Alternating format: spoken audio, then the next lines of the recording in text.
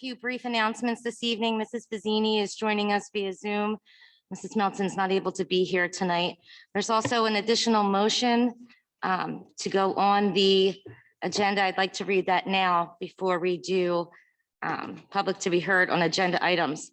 And the motion reads, administration recommends approval of resolution 2021-25, commending AJ Ronalio for being selected for the Pennsylvania Music Educators Association 2021 District 11 Band and the 2021 All-State Wind Ensemble. The other quick announcement this evening is that masks will be optional this evening for anyone vaccinated after the student presentations. So whatever your comfort level is at that point, and if you are vaccinated, it will be your option at that point if you choose to remove your mask. Do we have anything from our student reps from Eshica, or I believe Allison is also on the Zoom this evening? We have one announcement this evening. The Springford Art Department is proud to present the Springford Virtual Art Exhibit for grades 7 through 12. The community can enjoy this high-quality 3D art exhibition from home, featuring over 900 works of art and 13 senior AP spotlights. Visit springford.net to start the online tour. Okay, thank you for that information. And then moving on through our agenda, there is public to be heard on agenda items only. Mr. Dennert, please state your name and address for the record. Mark Dennert, Lumber Township. There's two things that caught my eye on the agenda. One was I saw that Mrs. Fern is going to retire. I just had one question for the board: is how many people are you going to hire to replace her, because she does so many things and does it so well. And I wish her well in her retirement. And the second thing is I saw that Mr. Rizzo is on the agenda for his contract approval. When I was on the board, I was someone that voted no often, but this would not be one of the times to vote no. I want to thank the board for quickly and swiftly moving to hire him so that we have a good superintendent going forward. Thank you. Thank you, Mr. Dennert. Are there any other comments from anyone in the room? Are there anyone on Zoom? Yes, okay, go ahead. Tina, please state your full name and address and your public comment to be heard. Please unmute yourself. Hi, I'm Tina Murray, 12 Bridal Lane, Collegeville.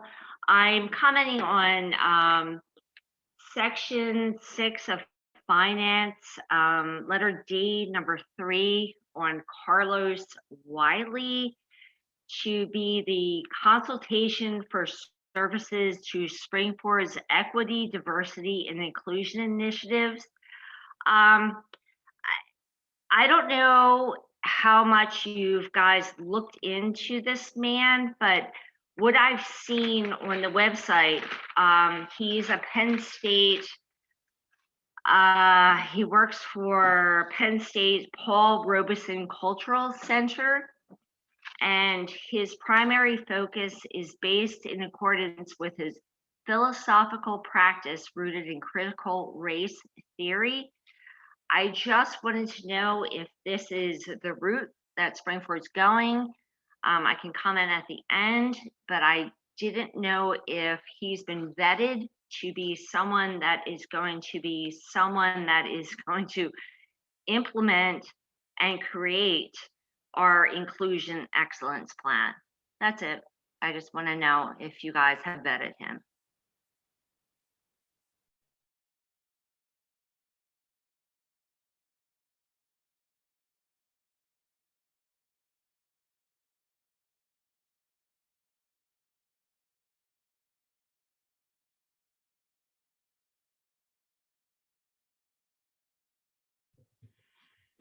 Yeah, I can respond to that. Carlos Wiley was vetted through our Equity, Diversity, and Inclusion Committee, where there was a process of application submission. The credentials were reviewed, as well as interviews held.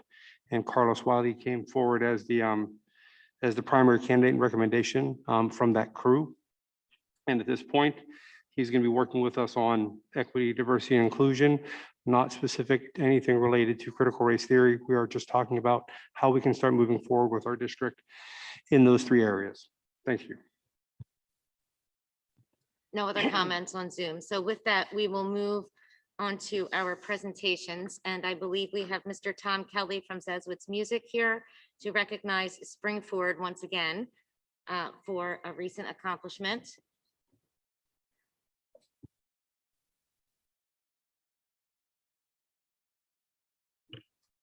Good evening, and thank you for allowing me to be here this evening. Mr. Rizzo, members of the board, members of the faculty, and students. I come to you this evening as a representative from Zeswitz Music.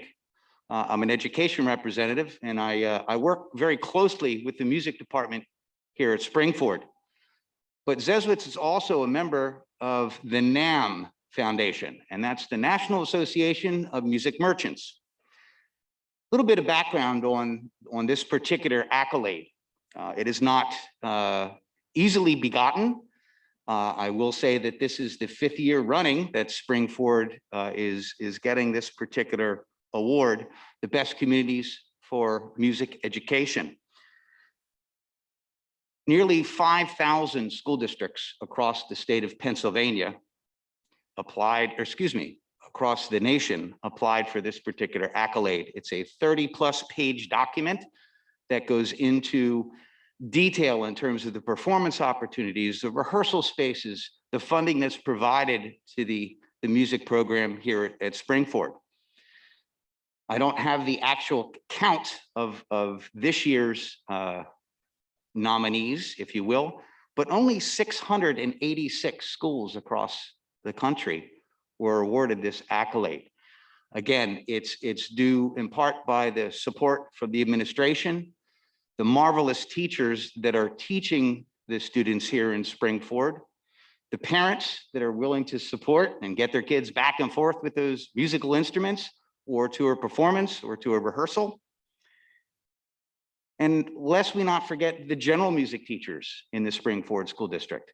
Those are the ones that actually start the musical career, if you will, of the youngsters starting in kindergarten.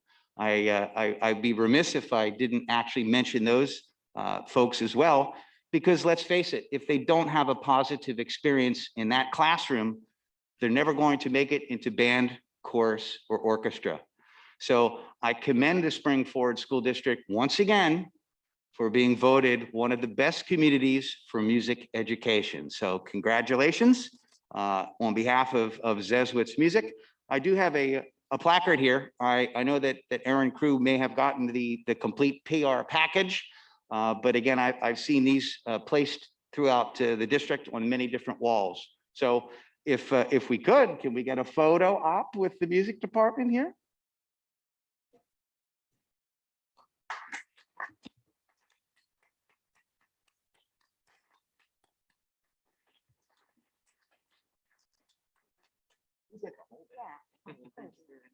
Where's the photo? Do you want to come up here into the area up here? Yeah. Thank you for doing that.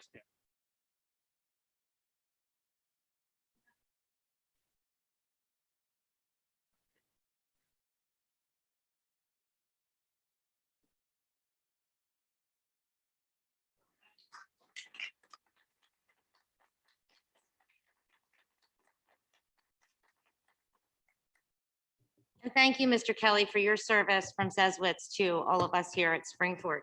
We now have a number of other resolutions this evening that are here for presentation, and I believe Mr. Jones is going to come up to the mic for those.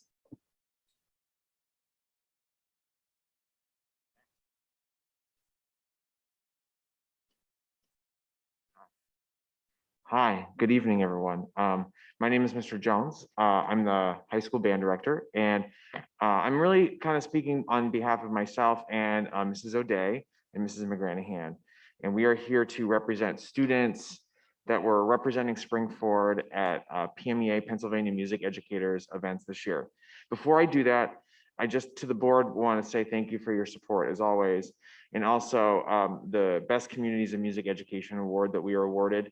A big person that had a huge role in that for us this year was Erin Crew, who really put together that whole application. So I would personally just want to thank her, because without you, I don't know if we could get that thing together. It's a big application.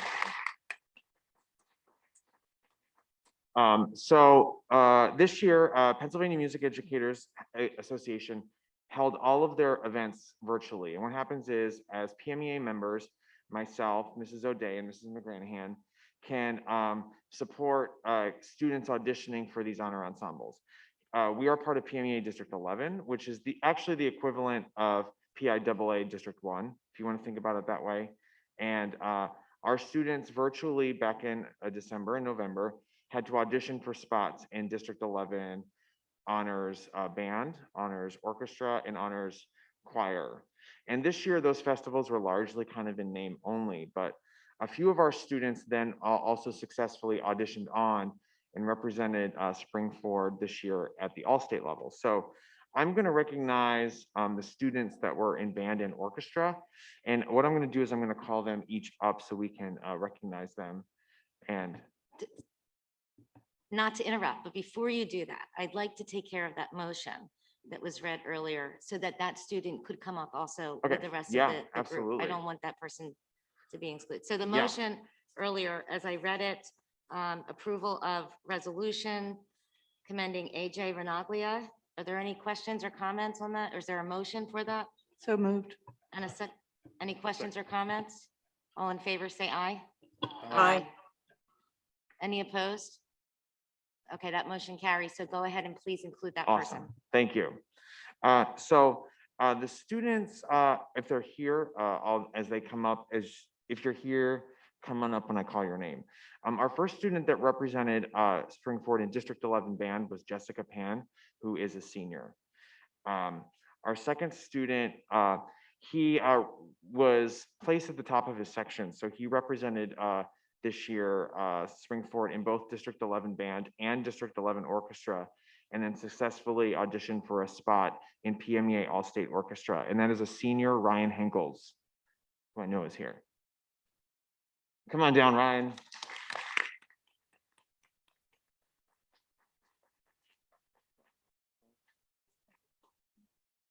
Yeah, congratulations. I think you can go front and center. Or do we want all of them together? Okay, just stay right there, Ryan. Our second student also placed high enough this year that he represented Springford both in PMEA District 11 band and PMEA District 11 orchestra, and then also successfully auditioned for a spot into PMEA All-State Orchestra, and that is Aiden Rizzo, a junior.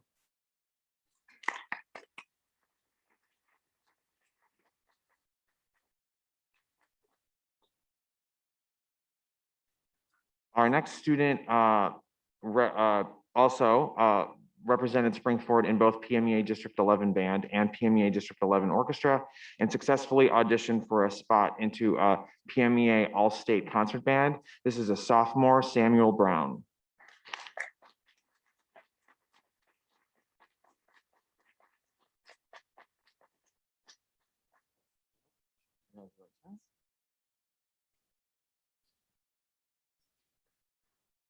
Our next student represented Springford in both PMEA District 11 band and PMEA District 11 orchestra, and also represented Springford in PMEA All-State Concert Band, and is a junior, Ann Rizzo.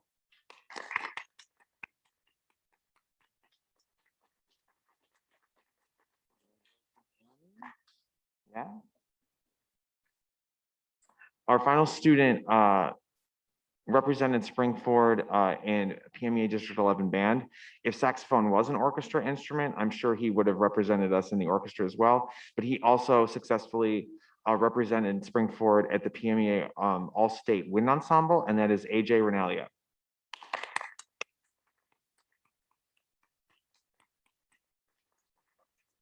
AJ is a senior, I forgot to mention that. AJ, congratulations. And the rest of our students are choir students, so I'm going to turn it over to Mrs. O'Day so I don't mispronounce their names. Good evening.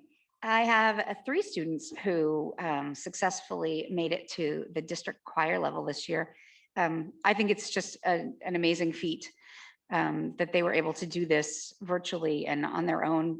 Essentially, I mean, I think I heard them, they learned all the music and on their own, and pretty much, I heard them, did final touches, but I mean, they really did the work on their own. So amazing student, senior.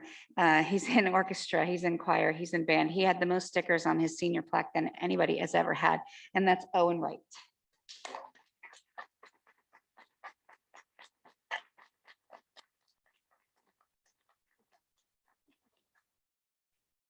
And then we have a sophomore representing. I'm proud to give this to Suniti Srinivas. I'm sure Suniti will be an all-state participant next year.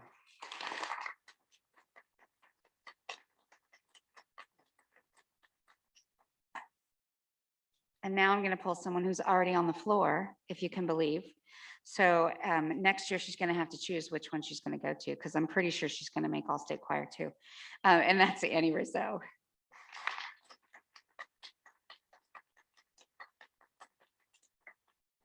Thanks again for all your support, our administration. We really do appreciate it.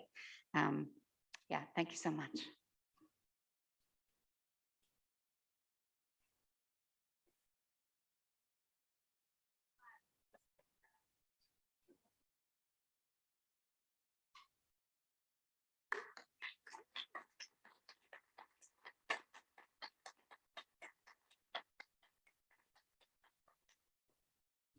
Well, normally we'd shake your hands right now, but we're not doing that these days. But I do want to say congratulations to all of you and thank you for the honor that you bring to Springford with your very great talents. Thank you.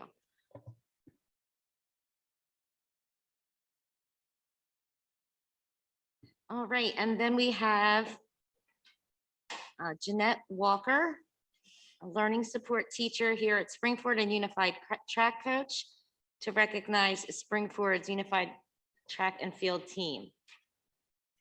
Is she here? Okay.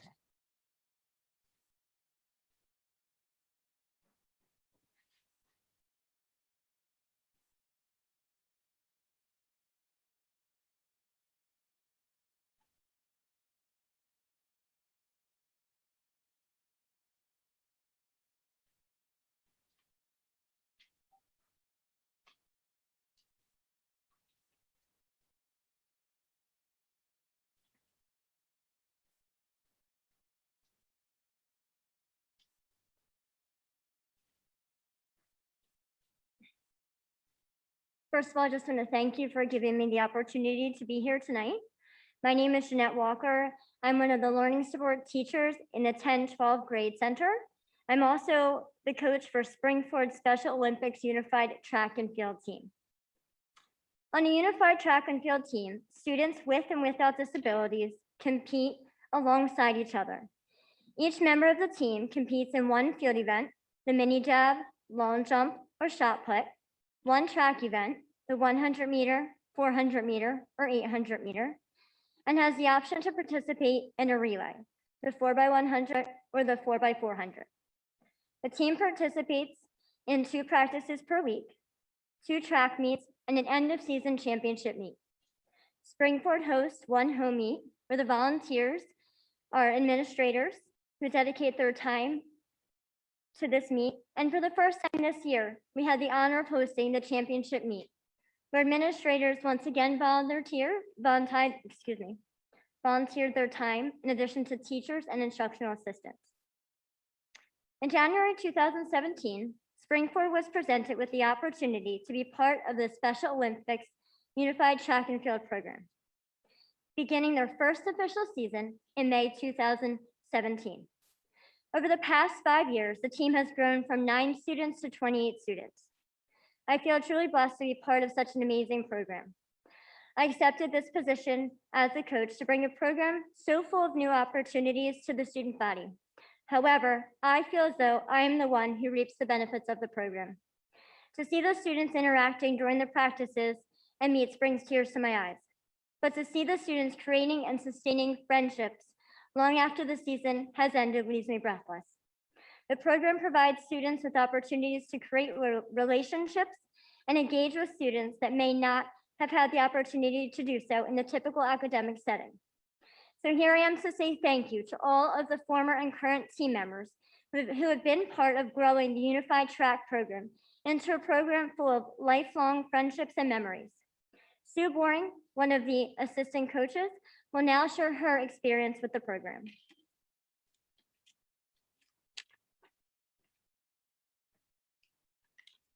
Good evening.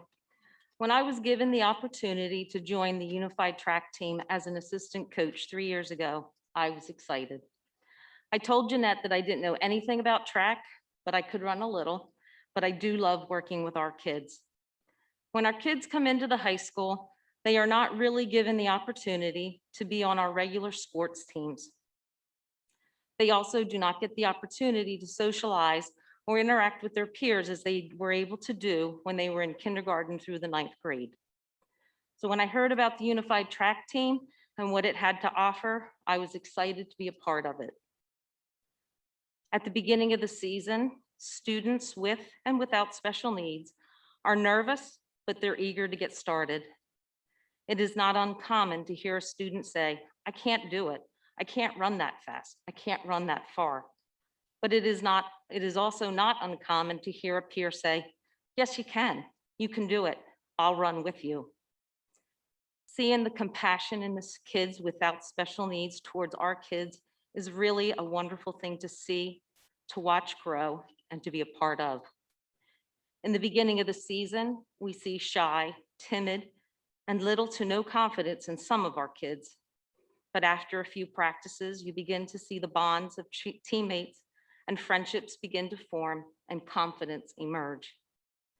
The boost of that alone gives our kids is so amazing to see, and it's beautiful. I love to see and to hear the kids yell and to cheer for each other during the track events. To see the parents, the staff members, and some of the other sports teams show up for our Unified Track events and cheer for our kids. The energy and the excitement that gives to our kids is amazing. They get so excited to see their teachers in the stands cheering for them.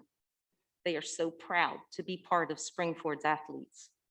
The Unified Track team is so important to have here at Springford, and I look forward to seeing the program grow and watching our kids become more confident in their abilities as students and as the athlete. Thank you.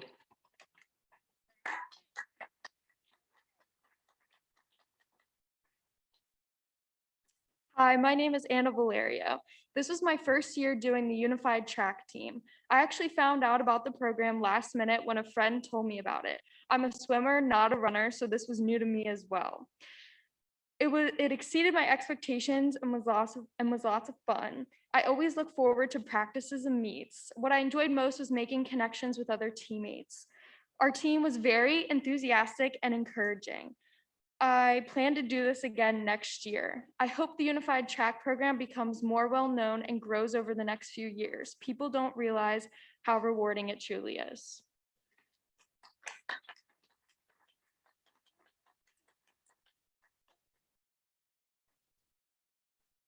My name's Andrew D'Annunzio. I'm a super senior here at the Springford School District. I'm on the Unified Track team, and it means a lot to me because I take my friendships very seriously, and I get to make a lot of friends on it, and I take my friendships seriously, and I always have somebody to talk to when I'm on this team, and I get to get all my energy out, and I also get to talk, I even get to talk to a friend if I'm having a bad day as well.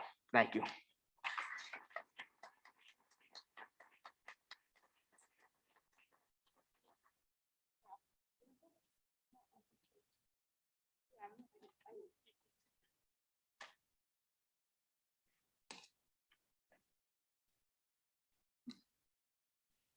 Hey, Mr. Rizzo. So this is somewhat about you, mostly. So I just want to say thank you to my team because this is what meant a lot to me.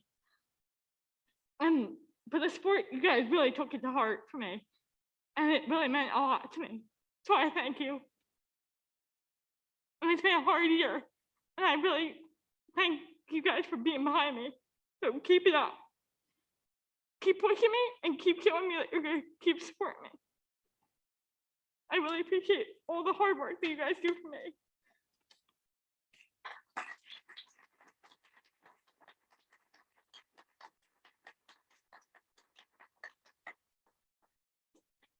Okay, my name's Caitlin Barth. Unified Track is an amazing opportunity that I've been able to be a part of for the past 3 years.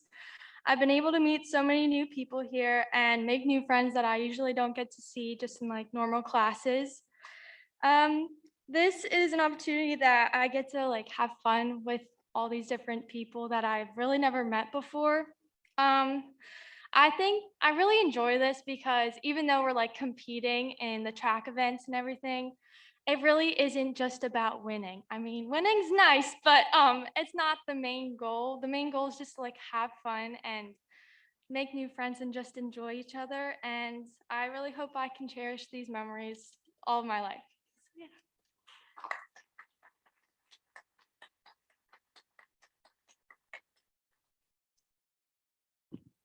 Hello, my name's Cameron Elsner. When I joined the Unified Track team, I knew very well how much I did not like running. However, I was excited to run with a special education student only 2 days a week. Little did I know that is not the case, and every student runs individually. Nevertheless, we all had so much fun this year. Despite the fact that I'm awful at running, every practice and meet was filled with fun, laughs, and good memories. Every teammate is so fun to talk to, and everyone is so kind. Every day between classes, we wave to each other, smile, and say hi. I'm so glad I joined the team this year. I just wish that I had known about this program from the beginning of my high school career. It's a great opportunity to make new friends because all of the students are so fun and kind, and I will definitely participate in this awesome program next year.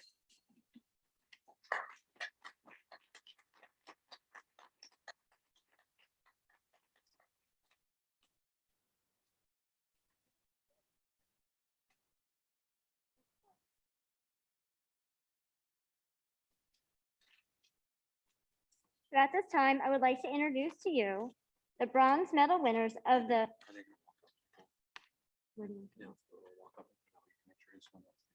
Okay, sorry. Yep.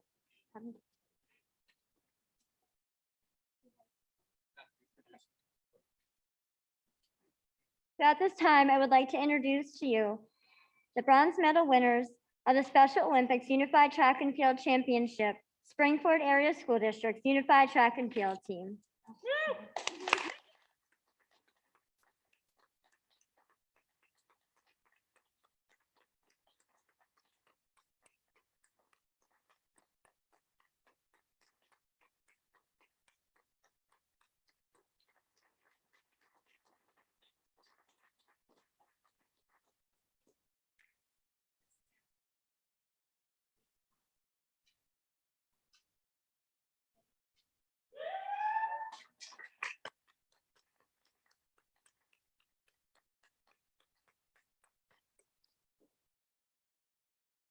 Now I would like to take a few minutes to share some photos of the athletes from the last 5 years.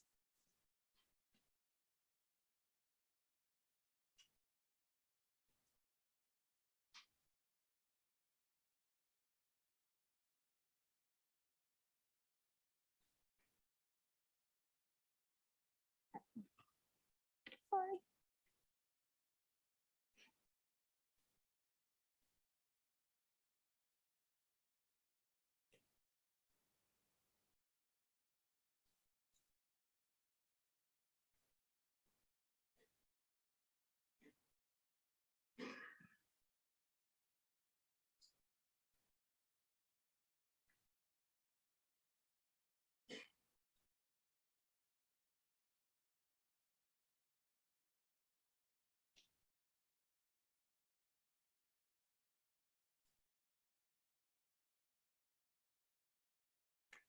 Thank you to the numerous staff members, administrators, and parents who have volunteered their time to support the unified team.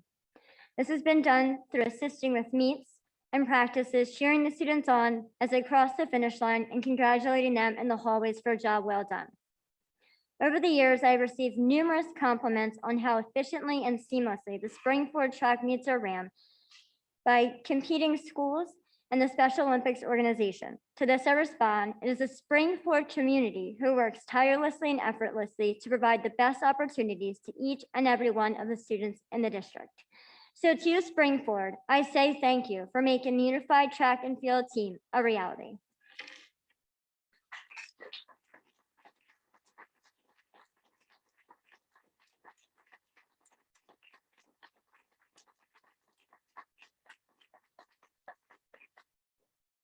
Well, not only was that a recognition tonight, but thank you for sharing all of their accomplishments and the relationships that you're building with one another, because that is what you're going to take with you.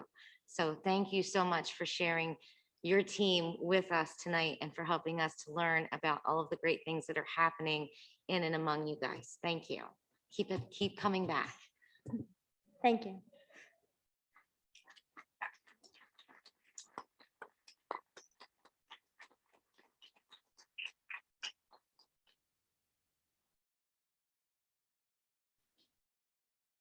That's a hard act to follow, Dr. Mary and Dr. Rockland, and you are up next. Oh, no, you're not. I'm so sorry, Dr. Collier. If you could. We're going to go with the farewell to Ishika, our student rep, and the introduction of Aditi, our new student rep to the school board. Absolutely, thank you. And again, to Jeanette Walker, all the coaches and the students, we've had a lot of successes and things to celebrate this year. And the unified track meets are the highlights of the spring.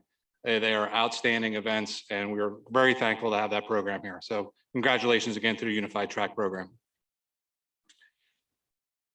It is that time of the year that we bid farewell to our student school board rep that is a senior, and also introduce and welcome our new school board rep. So tonight we take a few minutes to recognize Eshika on behalf of her 2 years of faithful service to the school board as the school board rep.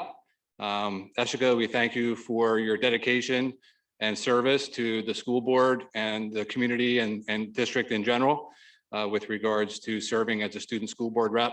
As school board members know, and perhaps some school community members, the time that it takes and the volunteer and the level of service that you provide on behalf of the district and the school board. We thank you and wish you nothing but the best moving forward, Eshika. Thank you.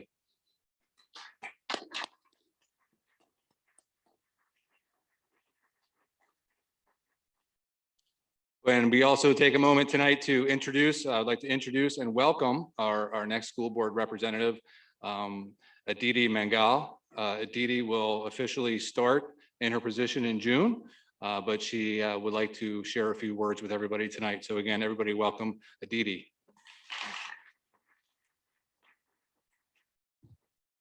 Good evening, everyone. My name is Aditi Mangal, and I'm currently a sophomore. I'm excited to be here and meet you all tonight. Thank you so much for this valuable opportunity for me to honor this role. I would also like to say a special thanks to all my teachers, the school board, the senior school principal, Dr. Collier, house principal, Dr. Rupert, my counselor, Mrs. Chambers, 9th grade principal, Dr. Weidenbaum, and gifted mentor, Mrs. Hafer, for always supporting me. As you have seen, I have been working as a student ambassador for the past 2 years in school activities. So I would like to continue to help make Springford a better place and flourish. I look forward to working with you and putting my best effort as a student school board representative for the next 2 years. Thank you once again.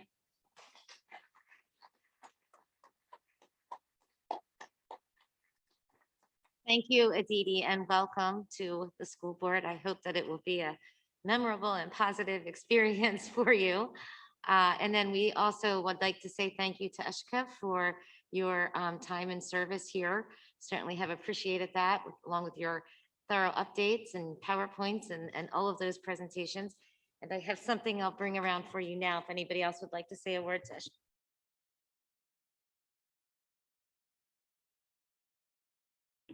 Eshika, thank you for welcoming me when I came onto the board, for being a strong role model for your female students and male students in our district. I am so glad that I got the opportunity to meet you, and you have brought a great service. You've done a great service for our board. So good luck. I'm going to miss you. Thank you for all. And tell us again, where are you going on to, Ashka? What are your plans? I'm going to be studying a double major of international business and international relations at UC San Diego.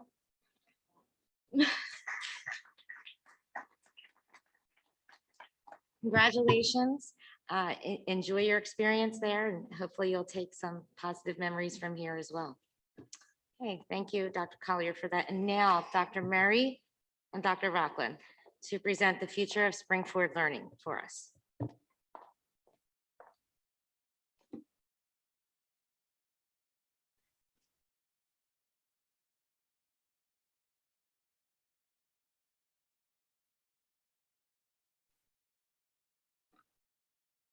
Thank you. And I'd also like to extend my appreciation to Eshika as well for her service to the board, and best of luck as well. This evening, we are happy to present the plan for the future of Springford learning. Over the last year, the board has been incredibly supportive to our efforts to grow and expand Springford cyber learning, which we are incredibly grateful for. We've seen a lot of success, and other districts are beginning to reach out and ask about our program. As a district, we have the opportunity not only to be ahead of the curve, but to set the curve with cyber instruction. Many districts are offering cyber classes, but our vision is to push past checking the box of offering cyber courses to fully embrace the educational evolution from this past year during the pandemic. A few curriculum meetings ago, the members of the Curriculum and Technology Committee charged me and my department to reflect on this year to ensure that we are not losing the educational momentum gained from this year. As we look back, they're absolutely correct.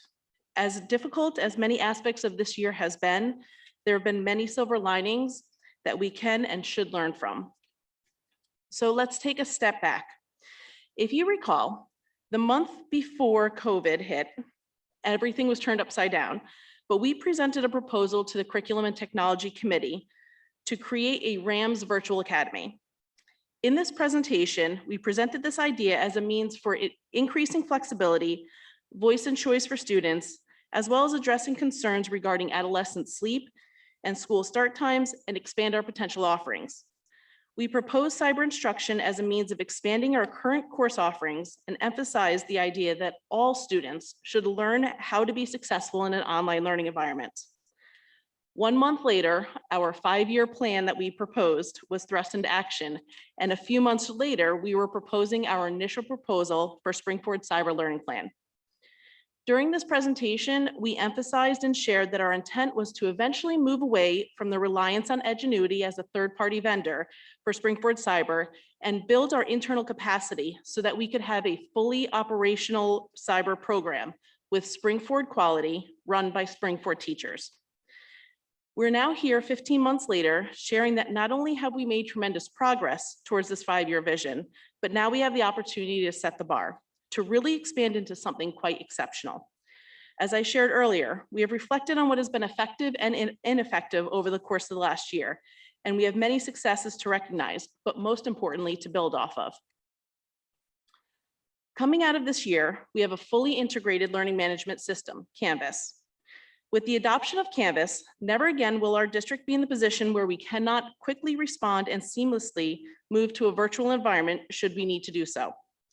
In addition, Canvas has and will continue to be a tool that we will use to support instruction and communication while students are in the building. The adoption also allows for flexible instruction days. With the board approving devices for K-6 last month, we're further ahead with regard to technology access than we could have hoped for pre-pandemic. But we all know that the device is just the vehicle. It is not the plan. Several years ago, when the board approved devices, they emphasized the importance of how those devices were to be used. From those conversations, modernizing learning emerged, with emphasis on the importance of professional development on how to integrate technology within instruction as more than just a tool. While our secondary teachers have been immersed in this training for several years, our elementary teachers are now only at the beginning. We will continue to support the highly effective model of modernizing learning as we expand the access to technology with our youngest learners. I would be remiss if I didn't also mention and recognize our nationally recognized hybrid programs at both Spring City and Royersford Elementary Schools. These two programs have been focusing on how technology can purposefully be used to individualize and personalize instruction for our students. Finally, with the board proving to return to as traditional of a reopening as possible in 2021, we'll be looking at ways that we can continue to support our families with high quality Springford expectations through our cyber offering. All of this is to say is that we can't stop moving forward now. We must recognize and harness the educational momentum that has been built over the last year and continue to set the trend. What we're presenting tonight is how to take that next step. We want to continue to focus on how this plan can impact all students, not just the families who choose to pursue cyber. We have a unique opportunity right now that we won't have 5 years later, and that is to use ESSER funding to support this plan. As I shared earlier, when Springford Cyber Learning was presented last summer, we recommended the partnership with Seneca Valley using Edgenuity to support our cyber program. We also shared that our intention was to progressively move away to a self-sustaining model where we didn't have to rely on a third party. The plan you'll see tonight is the start to making that happen. Quite simply, we have incredible staff. As a highly ranked district, we have the ability to set the trend by using our staff to produce Springford quality products for our students, thereby reducing the reliance on an outside partnership to make this happen. Our proposal is that we begin building K-12 digital content and courses via Canvas. This will result in a product that is owned and operated locally. An important note to make that, again, this is not just to benefit our Springford cyber students, but it can be used to support all of our students. In our current model, the only students who can benefit from our partnership with Edgenuity are the students who are enrolled in Springford Cyber. We feel that by empowering our teachers to create and develop content, this opens the door to all teachers and all students utilizing the content as needed within Canvas. So what does this look like? What we'll be doing is making the digital content created by Springford teachers available to all teachers. Teachers could pull modules into their instruction as needed to serve either whole group instruction, small group instruction, or individual instruction as needed. The ability to differentiate in the classroom is exceptionally challenging.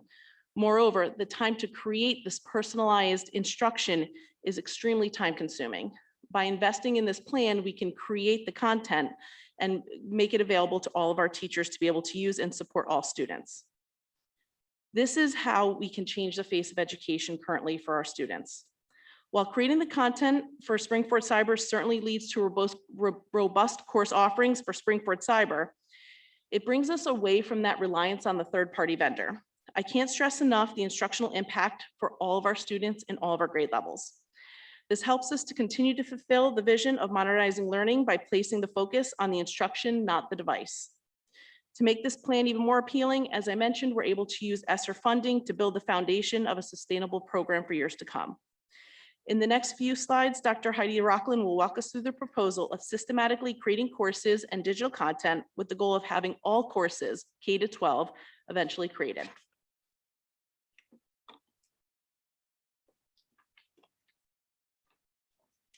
Good evening. I'd like to take a step back for a moment and reflect not only on what we have accomplished this year in SFCL, but the exciting things that lie ahead, not only for Springford Cyber, but for Springford as a whole. Our long-range planning, which has been shared with our Curriculum and Technology Committee previously, includes a look back to 2012, when virtual learning at Springford was in its infancy. Looking back, we only had about 15 students enrolled at any given time, and those students had very specific reasons for being in the virtual Rams Academy, as it was formerly known. Dr. Murray has just taken us through the planning process that began in 2019, and I'd like to pick it up again in February of 2020. The global pandemic hit education hard, but instead of letting this be an obstacle for education in Springford, our dedicated teachers, staff, administration, and school board allowed it to be an opportunity for growth. Growth in educational practices, growth in how we do business as a school district, and most importantly, growth in how we deliver educational content and curriculum to our students.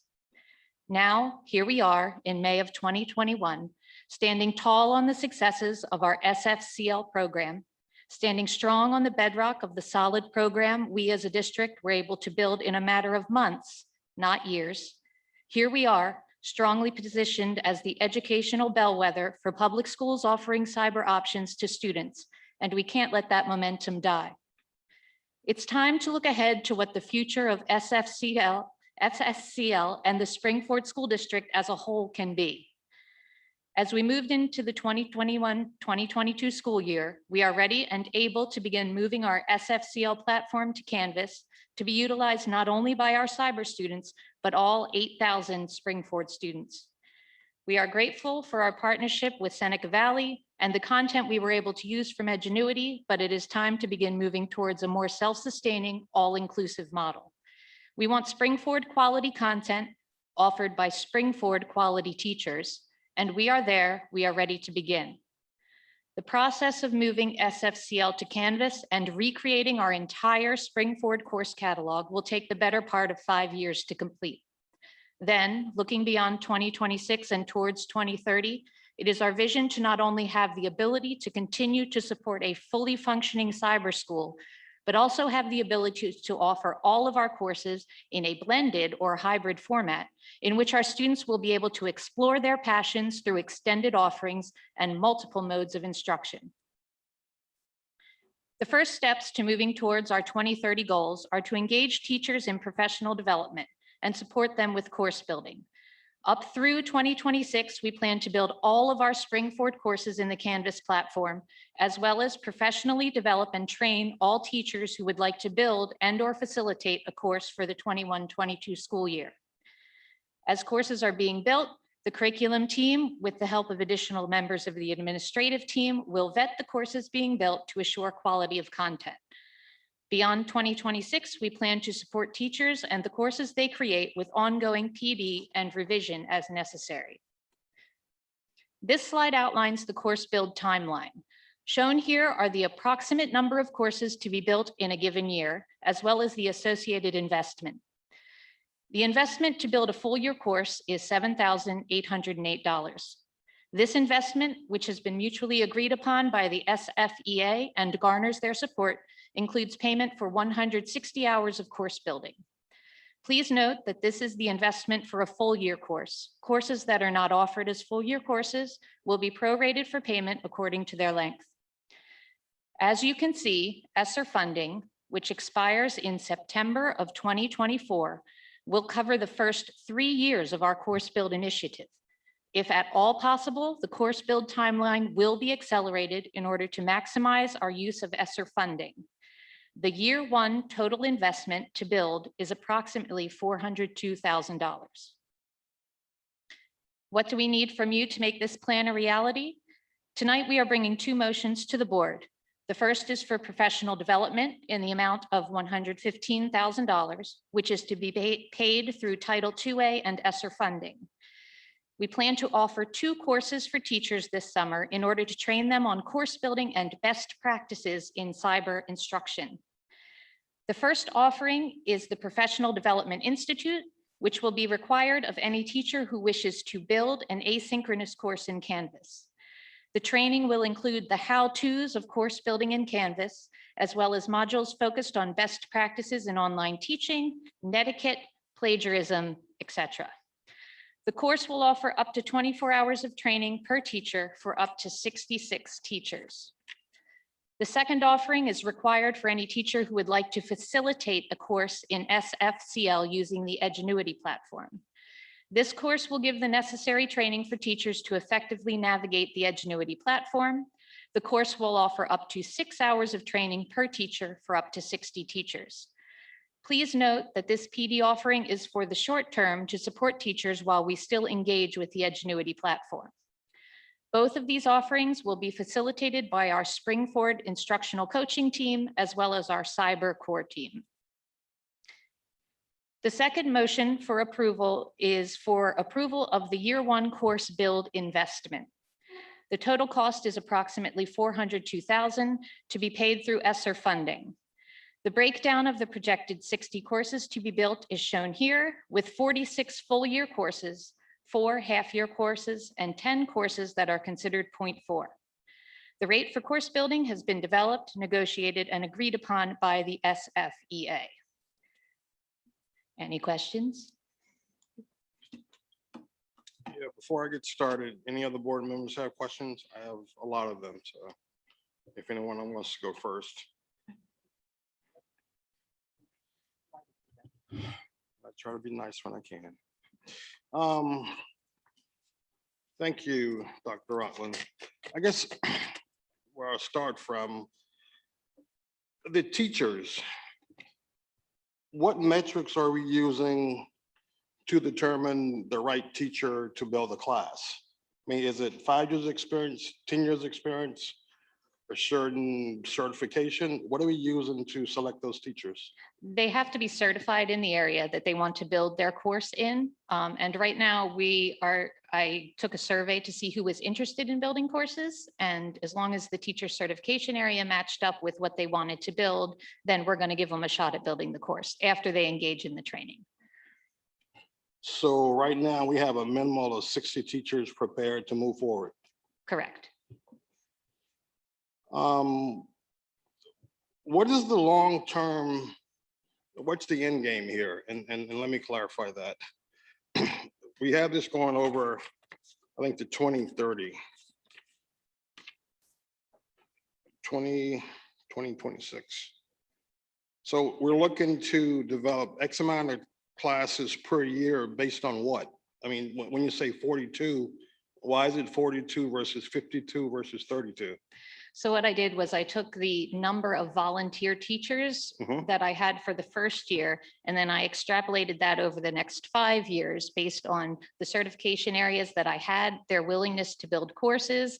And then I basically just had to take my best guess about which courses would come next in the sequence to be built, assuming the teachers would still be interested, assuming I got a little bit more interest from other teachers that might hear about it. Oh, I want to try that.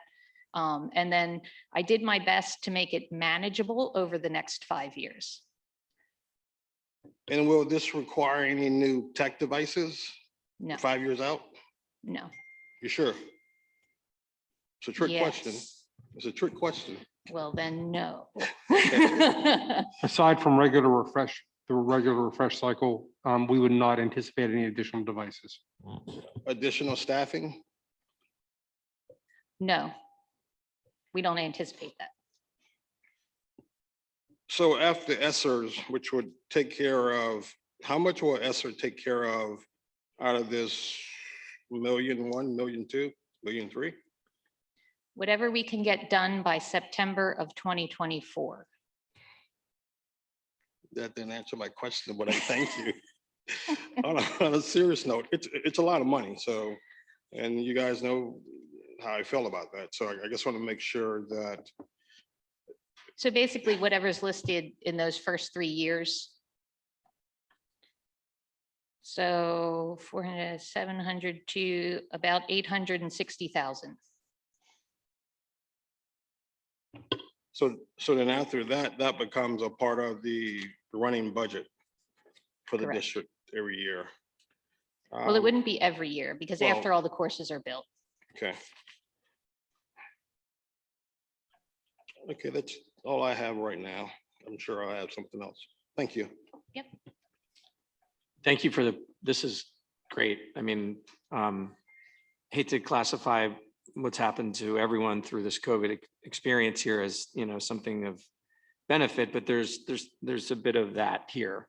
So just out of curiosity, given that we're sort of in a timeline to have access to these funds, is there any logic to possibly maneuvering so that we might be able to front load some of the staffing so that we could get it done within the period of time versus carrying it into where it might be something that'll hit our general budget? So you mean accelerate the course building with, yeah, absolutely. I mean, if I get more teachers that are interested and we can get them trained and have them start building, then absolutely. Our goal is to get it finished as quickly as possible. I wanted to just chime in. You guys hear me? This is Linda. I don't think it's any secret. I'm very excited about this long-range plan. I was personally a big fan of this idea even before the pandemic. I think it gives Springford a very creative and flexible model to meet the needs of students and families. I also think it's a very good use of ESSER funding to meet modern education needs over the future, which I think we should always be looking towards doing. And so I strongly recommend approval of the plan and the course building. I think we were talking about moving forward with this over a much longer period of time, and it was going to come out of our own budget. So this, greatly accelerates what we were interested in planning to do over a long period of time, and we were going to pay for ourselves. So I'm a big fan. Also, I think it also will hopefully bring back some of the students who have gone to other cyber schools that are low performing. So I know we've hashed this out a number of times too, and asked questions upon questions upon questions in curriculum and technology. And I do feel that a lot of this presentation pulls a lot of that and a lot of the questions that we had in there all together. I think one thing that's sticking in my mind a little bit, and I could be off, but we keep talking about ESSER funds for this and ESSER funds for that, and there is a ceiling on the ESSER funds. So can someone chime in? Maybe it's Mr. Fink or Dr. Murray or somebody chime in about where we are in using those, because I wouldn't want to see us start this and then not be able to get there. Hi, yes. So we keep a running tally on where we are with ESSER funds. So we have with ESSER 2 and ESSER 3, we have about $6.5 million available to us, including the components that Dr. Rockland, Dr. Murray were just speaking about, will be at about a $5 million range. So we still have about $1.5 million, and that includes the technology that we approved last meeting and so on. So we are keeping that running tally. There's still window there. There was also some staffing questions that had come up, I think that Mr. Jackson had asked about. So if we go ahead and do this, we're just going to have to keep that in mind and be cognizant that I would never want to vote to go over what that money is and put us in a bad spot. Exactly. And as I think the program moves forward and we get an idea of more of what the enrollment will be in those programs, which will likely not be in the 400 enrollment where like we've had this current year, and likely somewhere near that next year, at least in the beginning. When that settles down, then we can get the labor in line with the enrollment. So it wouldn't be nearly as high as it has been this past year. So what do we have?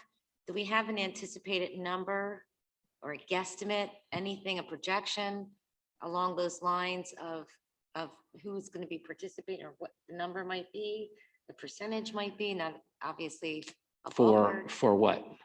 for those that might go into the Springford cyber learning? Do we have any kind of idea on that?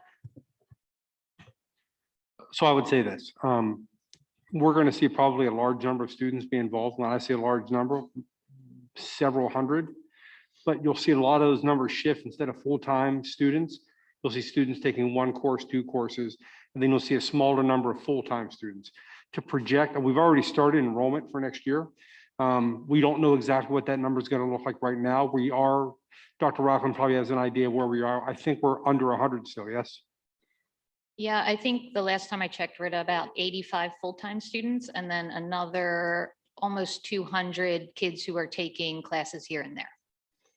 And that will likely increase over time with the growth and development of this program also, because the offerings will be available. And this is, I think, what Dr. Murray referenced in the beginning of what we had talked about in 2019, that this would increase our offerings. So there may be some crossover as to students brick and mortar in person and taking some of these other classes online. Yeah, absolutely. Yeah, students are going to, I mean, there's a lot of prongs to this, but one of them, to your point, is students are going to figure out how to use Springford Cyber Learning to customize their high school experience. They're going to be able to use it to create courses, combination of create a pathway that gives them time to do the different things they want to do that they might not have had time to do before. If they want to focus on, well, my kids were here tonight, if they want to focus on music, then they could take some courses online above and beyond what their normal day would look like to free up their schedule their junior and senior year or throughout their career to take more courses that really mean something really special to them. So as they get older and they take these online courses, it gives them a lot more flexibility. And I know too, that one of the school districts that maybe, not that this is modeled after that, but that you had gained some insight from was Downingtown, is that right? Are they're further along in this process. So are they doing that as well? What Mr. Rizzo just described? Yes, in fact, they have a highly customizable program for their students, and starting this next year, all high school students are required to take at least one online course through their cyber program to prepare them for college. I want to phrase this. Is any of this based on growth of the demographics? Is any of this based on growth within our district? The numbers that we have based these calculations on? Is it based on us staying with 8,000 kids, or is it based on growth of 50 kids a year to the point where we have 8,300 kids? I mean, what do we use as a metrics to determine? Because my concern here is, I think this is good. I think it's aggressive. And my concern is always the plan B. If we don't get the students based on the numbers that we have here, then what? I agree with you. It is aggressive. And we wanted to seize the opportunity with the ESSER funding to be able to move as quickly as we can. And as Dr. Rockland mentioned too, trying to accelerate as we get more comfortable with those courses.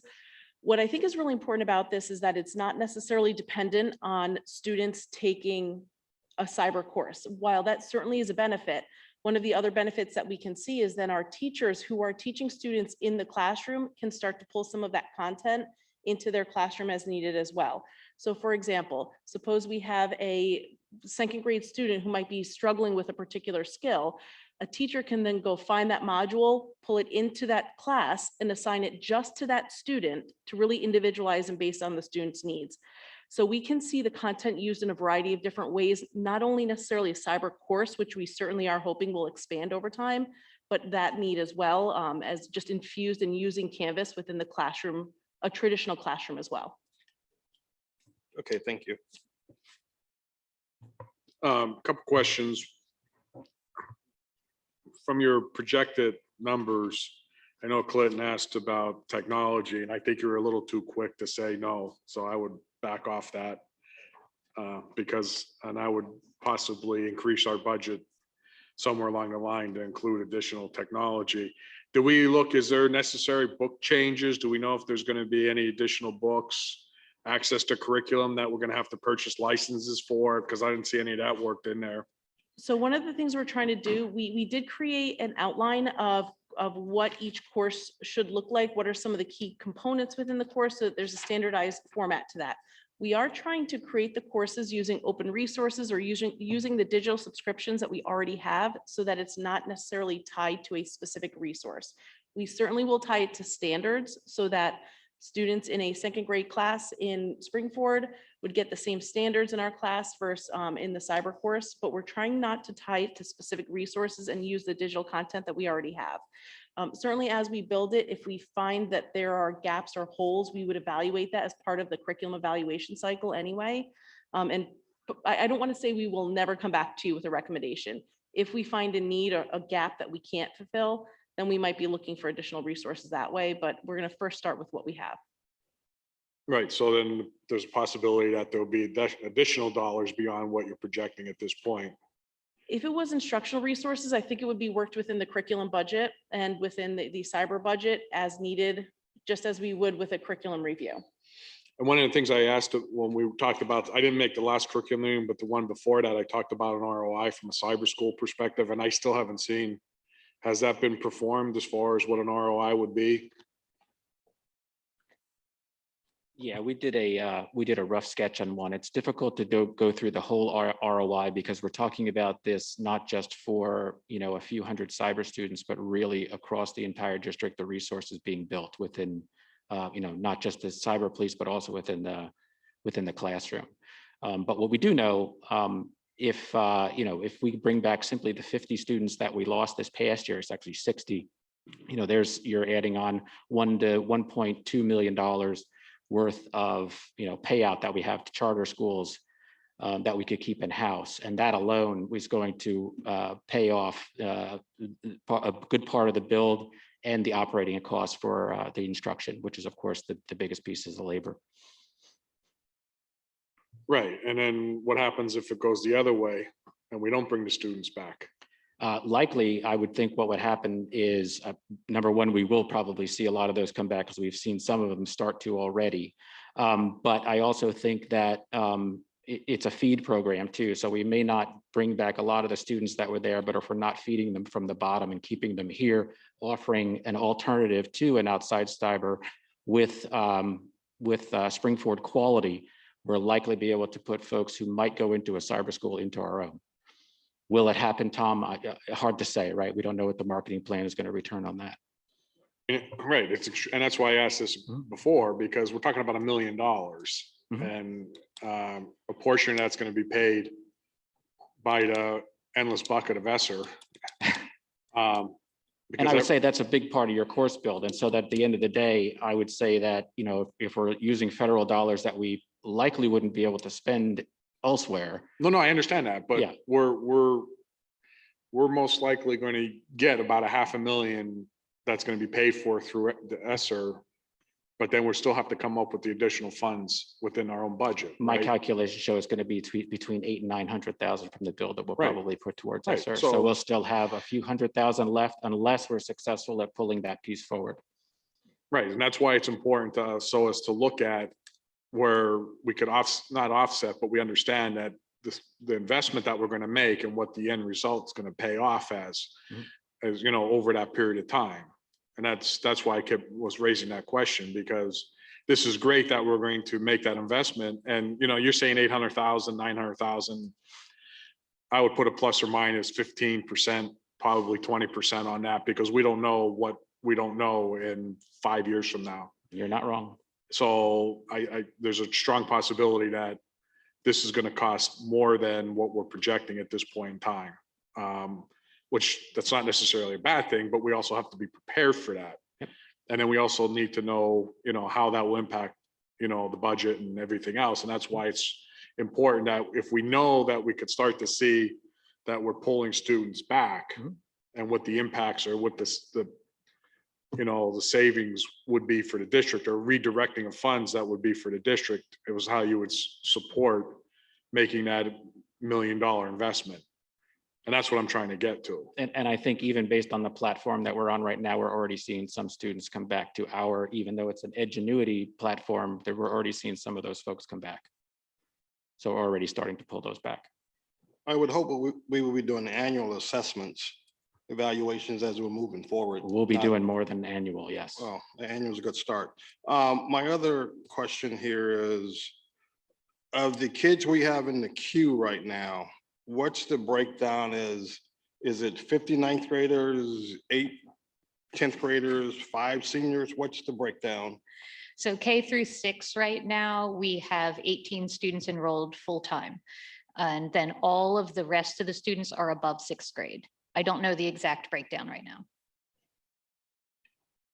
So one of the other questions I have is that unless I missed it somewhere, but where does, students with special education, special needs, IEP, how does that all work into this model? Because that wasn't touched upon anywhere that I remember seeing. And that's another whole aspect that I'm not sure if it's included in this model. I'm not sure how that. Yeah, so this year in Springford Cyber, we were able to support students with all different kinds of needs. We had students with IEPs, 504s. We had students in residential placements that also accessed our curriculum. And we plan to still support those students moving forward. It's built into our plan. We're hoping to have a full-time special education teacher for K to 12 to help support those students and along with our regular ed teachers. So is that coming out of the ESSER too? Or ESSER 3 or ESSER 4? I mean, where's that money coming from? I mean, see, you see how we start to have this conversation. Now we're talking about additional resources, and I don't Well, no, remember. not additional. Those are part of the 4 that we already have in the plan that are being approved for this budget right here. So there's already a special ed factor in there for that. For what? I'm sorry. There's already a special ed teacher factored into that, into the budget we have right now. The budget model we 400,000. have for this coming year. What? Which budget? The one for the coming year. Oh, the overall budget. Yes.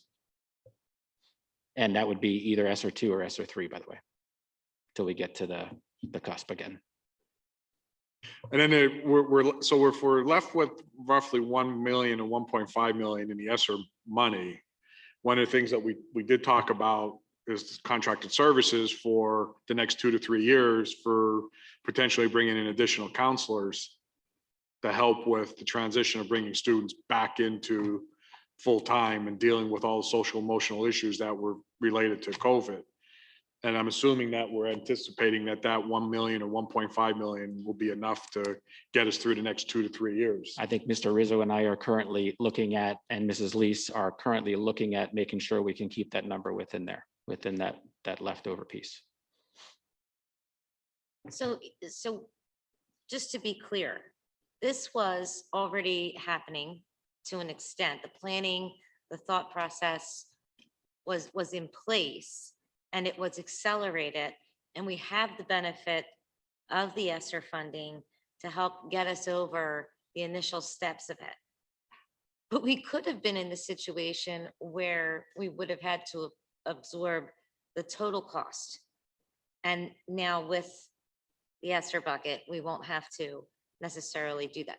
Is that an accurate or a fair description of what we're discussing here? That's accurate from my perspective. Well, it would have been put forth, but who knows what Would would have have happened? Yeah. Can someone talk, I mean, I see a note in here regarding the overall intent is at some point to offer a hybrid version of this. Can you talk to that? Yeah, so that's our ultimate goal. We've seen it work successfully in Downingtown when we met with them. They have programs or courses where students could be in the building for maybe 2 days a cycle, and then the rest of the days of the cycle, they engage in asynchronous work, either in the building or from home. They have some really creative ideas about how we can educate students so that we can be flexible with their schedules and they can experience different learning environments. Okay, any other questions from anybody? All right, thank you so much for your presentation this evening. We will now move on to board and committee reports. Ashika and Allison, if you're here with us at this point, do you have a student rep report this evening? Okay, great. This is our May student report. So what happened? We had AP exams where, oh, sorry.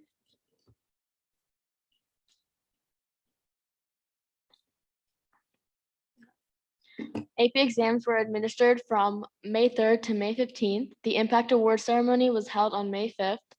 The spring play was performed on May 7th and 8th. The senior event was held on May 15th.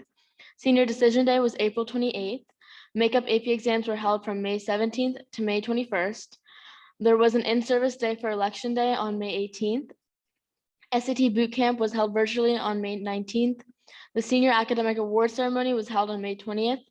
And the music department spring concert spectacular was held last Saturday on May 22nd.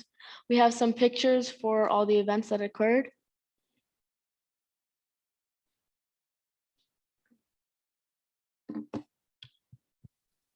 What is coming up? Keystone exams for 10th through 12th graders are being held from May 20th to June 2nd. The Senior Commencement Awards and Scholarship Night will be held on May 27th. There will be no school for students on May 31st for Memorial Day. The Senior Athletic Banquet will be held on June 1st. The Western Montgomery Center for Career and Technology Senior Recognition Night will be held on June 2nd. The SAT will be administered at Springford High School on June 5th. Graduation will be held on June 15th. Rain dates are June 16th and 17th. Biology Keystone exam will be held on June 2nd and June 9th. The last day of school for seniors is June 9th. The last day of school for all students is June 17th, and the last day of school for teachers is June 18th. And then I just have 2 more items that I'd like to add onto the end of that. The first is just to Ishika. It has been a pleasure to work with you this year. Your drive and passion for advocating for your peers is something that I've personally admired a lot. And I'm sure you'll have a great impact in all of your future endeavors. I wish you the best of luck. And then the second thing I have is just a welcome to Aditi and a huge congratulations. I'm so excited to begin working with you, and serving on the board is an incredible and memorable experience, and one that I'm sure you'll find a lot of value in. So welcome to the student rep position, and I look forward to getting to know you better. Thank you. Very nice. Thank you both. Okay, that was a nice recap of our events taking place at this very busy time of year. And Mr. DeBella, do you have a Finance Committee report for us this evening?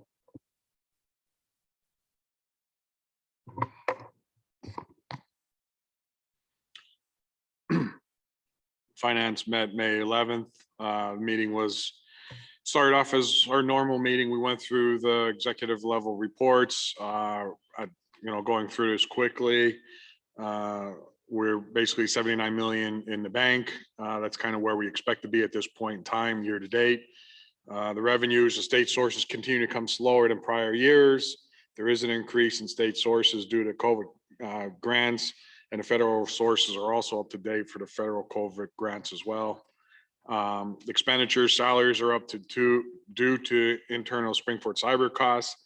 Property services continue to be under budget due not to having a full interstate cleaning staff on site at the beginning of the fiscal year. Other services are up, transportation savings year to date approximately 450,000, but it's offset by the external cyber school costs, which are up over $650,000. Supply costs are up due to COVID expenditures, approximately $500,000. Property expenses are up about 225,000. No, I'm sorry. 925,000 of the increases related to COVID expenditures. And then also there are charges for the 7th, 8th grade Chromebooks received in March as well, which is part of next year's budget. Assessments, the gain, we're at 4.2 million additional for April. We're about $15 million short of goal.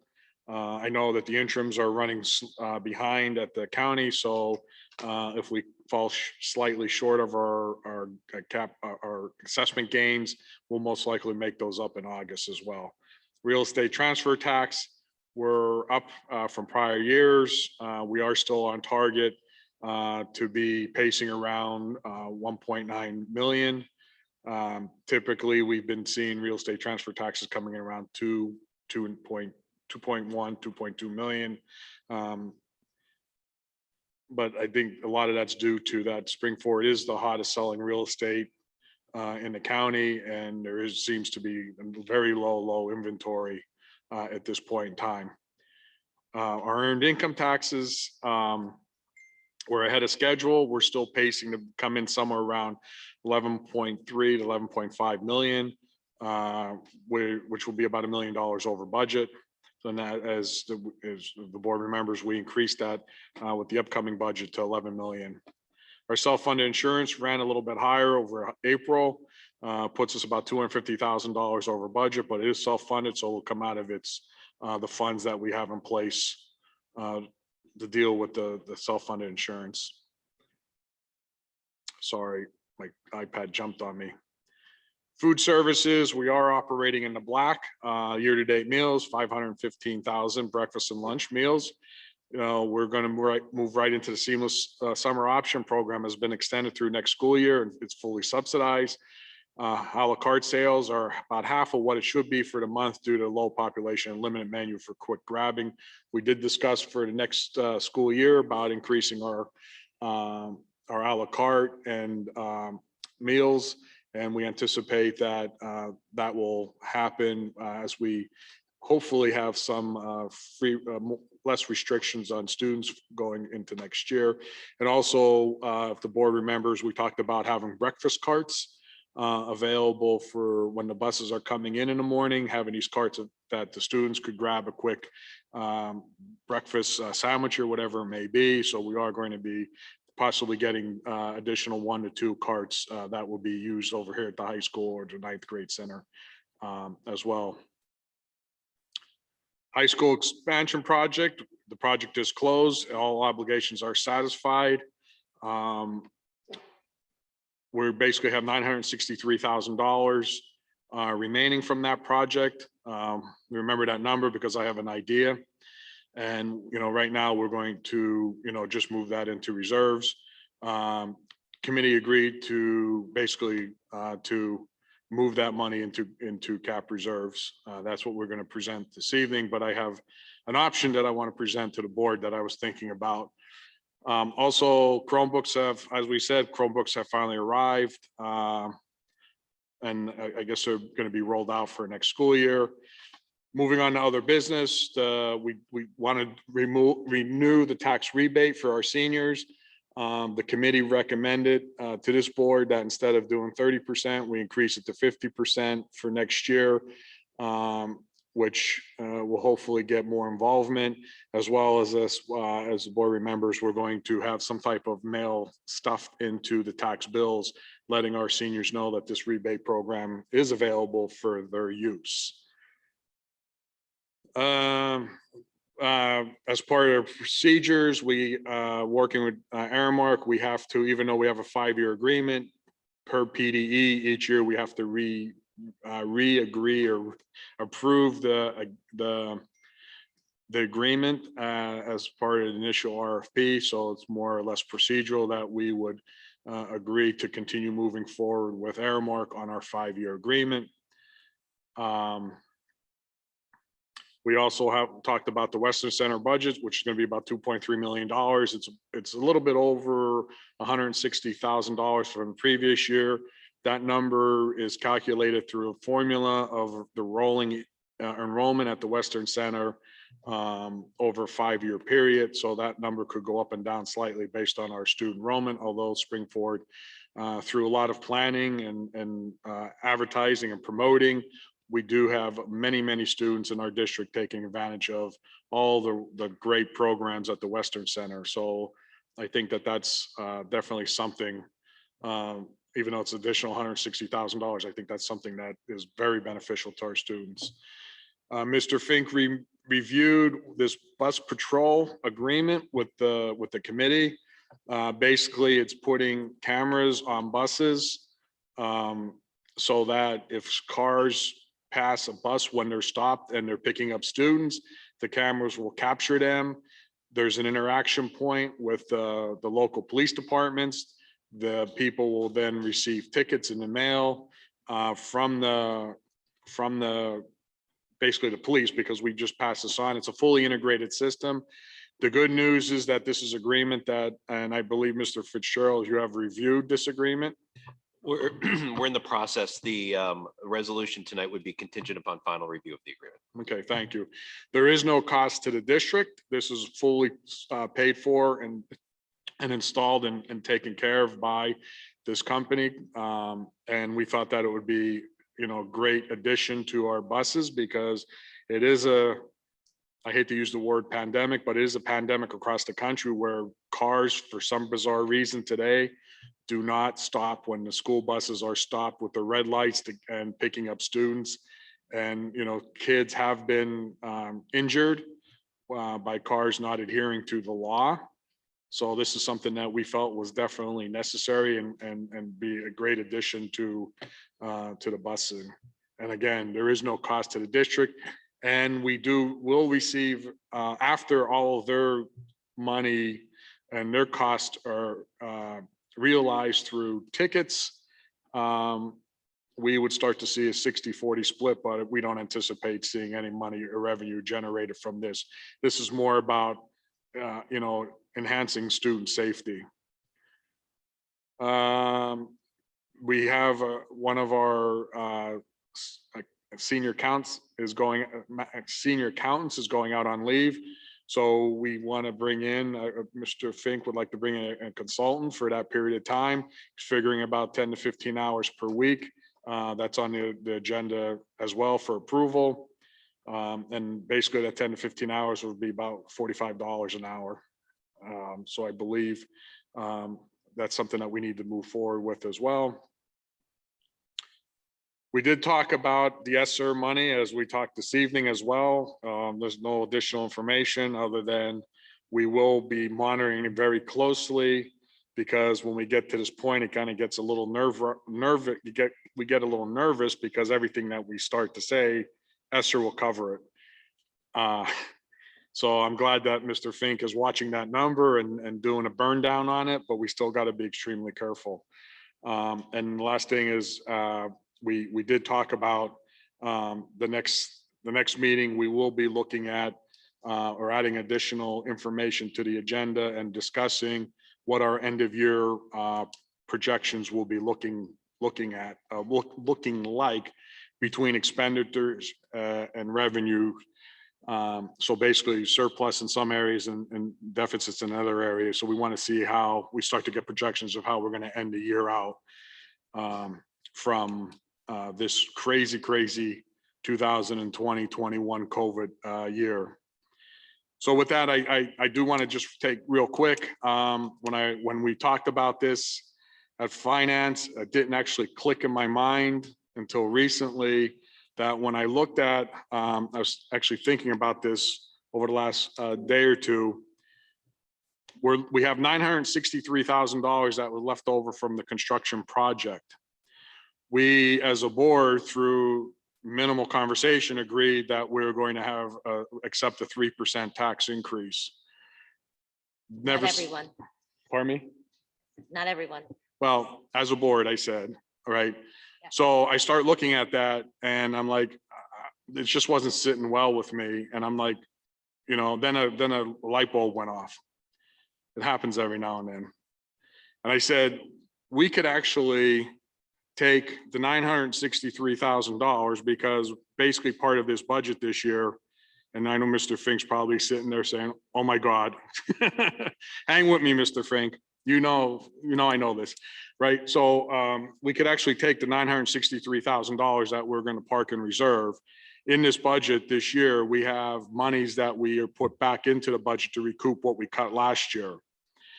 And that monies was about $1 million. Part of that was in cap projects and curriculum. And the curriculum we were going to spread over 2 years of $250,000 per year.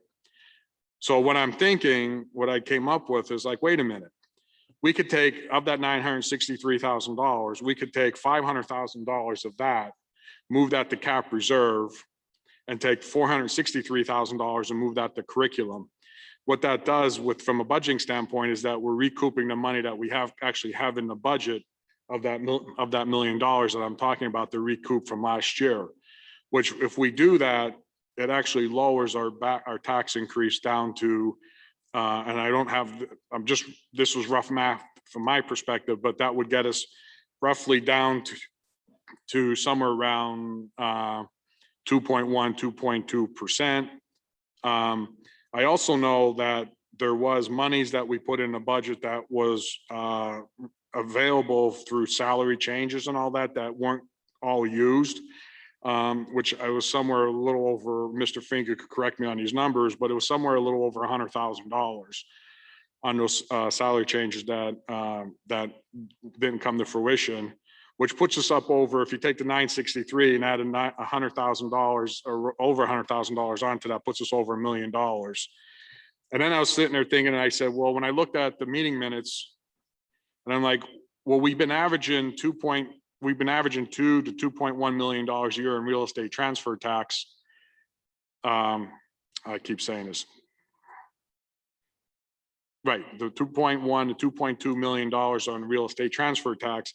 And we've been keeping that at basically 1.7 million for the last 5 years. But on average, we've been seeing about $2.1 million or $2 million in real estate transfer tax. And what I'm thinking is that we could bump that up by $100,000 to $1.8 million. And with all those numbers, if you put all that into play, that would actually bring the budget down to somewhere around 1.9 and change percent from the 3% that the board was looking at previously. And I don't know, Mr. Fink, if you want to check my numbers, but I'm probably pretty close. Hold on. Hold on. All right. So we're basically, I'm trying to write this down as you're speaking, Mr. DeBello, Yeah, me too. and do my math. I get it in principle, but Mr. Fink, could you check this? So Tom, I you're see- saying we only send back part of the capital reserve. How much did you saying go back to capital reserve? We'll move 500,000 to cap reserve and 463,000 to curriculum to make up the money that we basically took out last year. So basically, I could reduce the budget by $963,000. Gotcha. Thank you. And then the other things I talked about. Or we can keep that money in capital, but I get it now. I get it. All right. As I always say, the math defines everything. Okay, I don't think it's 2.2, but it's gonna be, it would be in that ballpark, give or take. No, it's gonna be, Well, that's not right. it's gonna be below 2. It will be somewhere around 1.9 if I did my math right. My Is math is Mr. never Fink off. calculating, is he Yeah. crunching numbers now?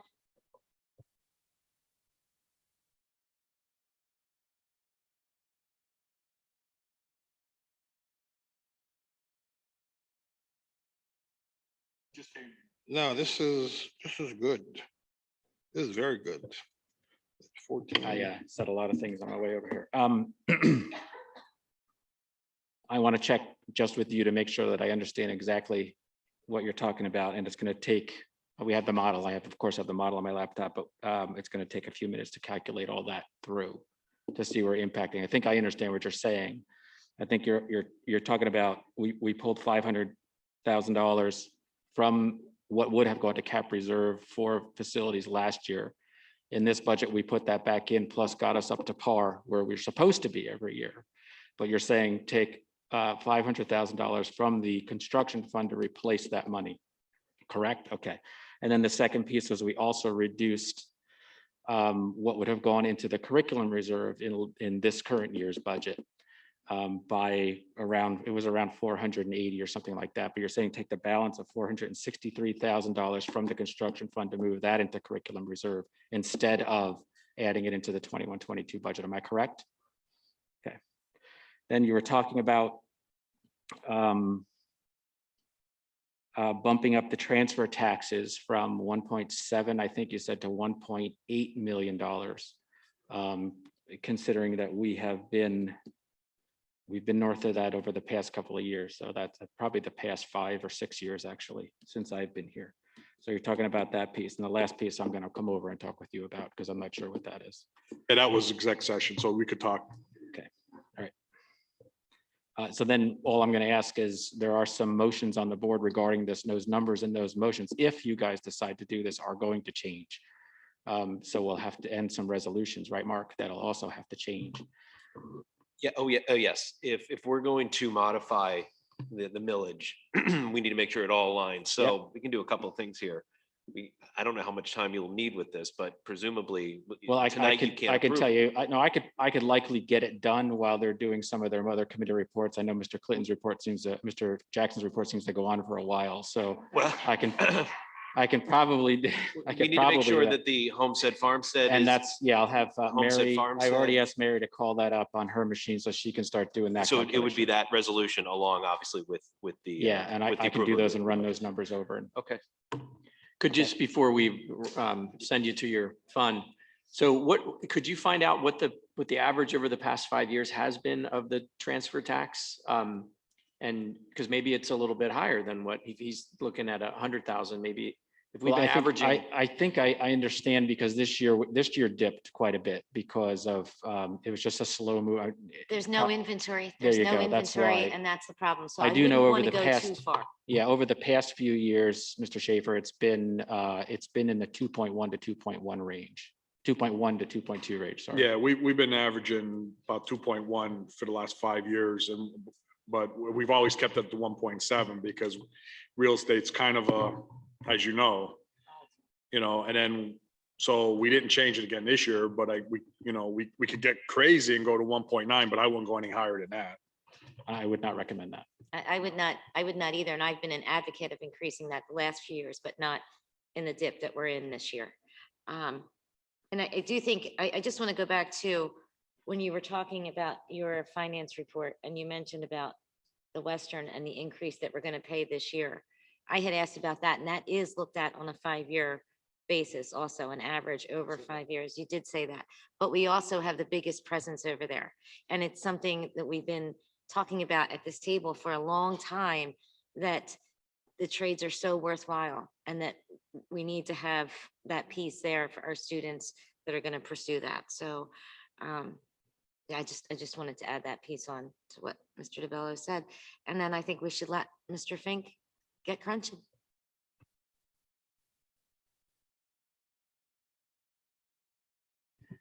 Mr. DeBello, I just had one question on your report, although it really seems nominal at the moment. You mentioned that supply expenses were up 500,000 due to COVID. Like we can't get that back, or is that coming back with Some of that money coming from Essers. Oh, yeah, that one's coming from the other one. What's it called? The PC. Yeah. So we're anticipating that might balance itself out before the end of the year. But the reason I have to report it that way is because it's coming out of the current budget, but then we'll see it, right? Any other questions for Mr. DeBello before we move on to Mr. Jackson? Okay, Mr. Jackson, property. No report. Yeah, I wasn't there. I could do it 1 second, just. You startled me. Why don't you want me to do extracurricular, Tom, give you some time? Go ahead, yeah, Okay. I'll bring up property Yes, in a please. second. Thank you. This evening, I will speak very slowly. That's good. Move on. Extracurricular, we met this past Monday, and I'm going to recap some of the updates that I think are relevant. Our student reps have done an incredible job at decreasing my report. So thank you, because we do receive an update from Mr. Rigner on activities, and they include some of the same events, which are things that were coming up and things that have taken place. So summarizing Mr. McDaniel's update for high school sports. So it is notable that for the first time in Springford history, the high school recorded nine league championships. So that's an incredible feat. And the spring saw its share of champions as well. So the boys track won the league, baseball won the league, softball won the league. In tennis, we had an individual champion, Cameron Moore, and we also had a doubles champions with Cameron Moore and Jasper Jean. So very exciting, and we've honored some of our student athletes throughout this crazy past year and a half. It's just really exciting that Springford's been able to put together 9 league championships. It's crazy. In district competition, again, this is still on the high school sports report. The girls lacrosse and the boys lacrosse competed in district competition. The girls were seeded 17th, boys were 12th. Baseball is the #1 seed, and softball is the #4. Congratulations to Lucy Olson on being selected Miss Pennsylvania Basketball 2021. This announcement was made during the Zoom ceremony on May 23rd from Harrisburg. The voting for this honor is broken down to a third from fans, a third from high school coaches, and a third from media. So congratulations to Lucy Olson. It's an incredible honor. Congratulations also to the following members of the track team and their coaches as they qualified for the PIAA state meet, which is this coming Saturday at Shippensburg University. Mara Baker for the shot put, Kaylee Hudson for the 200 meter, Nene Makunchu for the high jump and the 700, Alex Tolfel for the pole vault, and Josh Hellauer for the high jump and triple jump. How are we doing on time, Tom?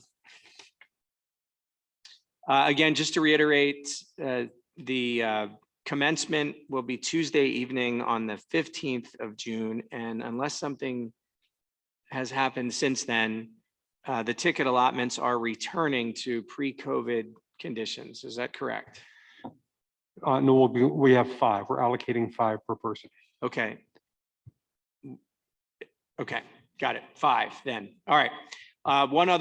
Two other pieces, and then I'll open it up for questions. Dr. Moyer and Mr. Laurie from Brook Elementary presented on a request for a new coding and robotics club at Brook Elementary. So this is an innovative, modern new club addition. This would be reflected in adding 2 new extracurricular contracts, which would be 10 weeks of this club in the spring and 10 weeks in the fall. And I'll include the full presentation in the notes. I will say that they came prepared with these little devices that I couldn't even power up. So I could certainly, I think all of us could stand to learn a little bit in that area. Dr. Moyer also presented that 17 Reading Olympics teams in grades 4 through 8 participated in the MCIU's virtual competition this year. We adjourned at 8:24, and that is the last meeting scheduled for this school year. Thank you, Mr. Schaefer. And yes, you'll be meeting again, I guess, in September, correct? Okay. Any questions from Mr. Schaefer? I have a question, but I was going to actually make it I'm going to hold it till the solicitor's report. I'll come back to that. I'll work you guys in together. Okay, then we'll move on to Mr. DeBello for property and then jump over to Mrs. Earl for policy. Okay. Well, I did have the opportunity to chair property, and as Mr. Jackson has constantly reported, it's the, what'd you say, the best committee? Best committee in the entire district. So I got to chair the best committee right after the ultimate best committee of finance in the district. But anyway, so we did have a full agenda that evening. We did meet right after finance on May 11th. One of the first things we talked about was the ever-growing McNally Stadium occupancy update.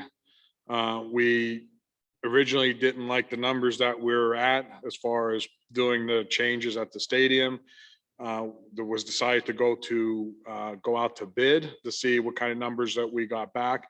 And unfortunately, numbers actually came in higher than where we were at originally. From Mr. Hunt, if I'm reading this the right way, right? Because I want to make sure. And the number came in at $636,000 now. Which is much higher than the Keystone Purchasing Network contractor estimate, which is why the project, as I said, went to public bid originally. So the next steps for this project will have to be on the agenda for the June property meeting to figure out how we could proceed forward. Keep in mind that this is something that we have to do. We just got to figure out the best way we can do it. Then we rolled into the facilities master plan update. ICS, who is a consulting company that we've been working with for the last 2 to 3 years or 4 years. I can't remember, 3 years. I can't remember when we brought them in. There was approved for them to work at the May 20th, 2020 board meeting to develop the facilities master plan, but that of course was put on hold for COVID. But we did start talking about moving forward with completing that facilities master plan, which will be a third component of the long range planning process that ties together the facilities condition assessment and the demographic enrollment study that has already been completed.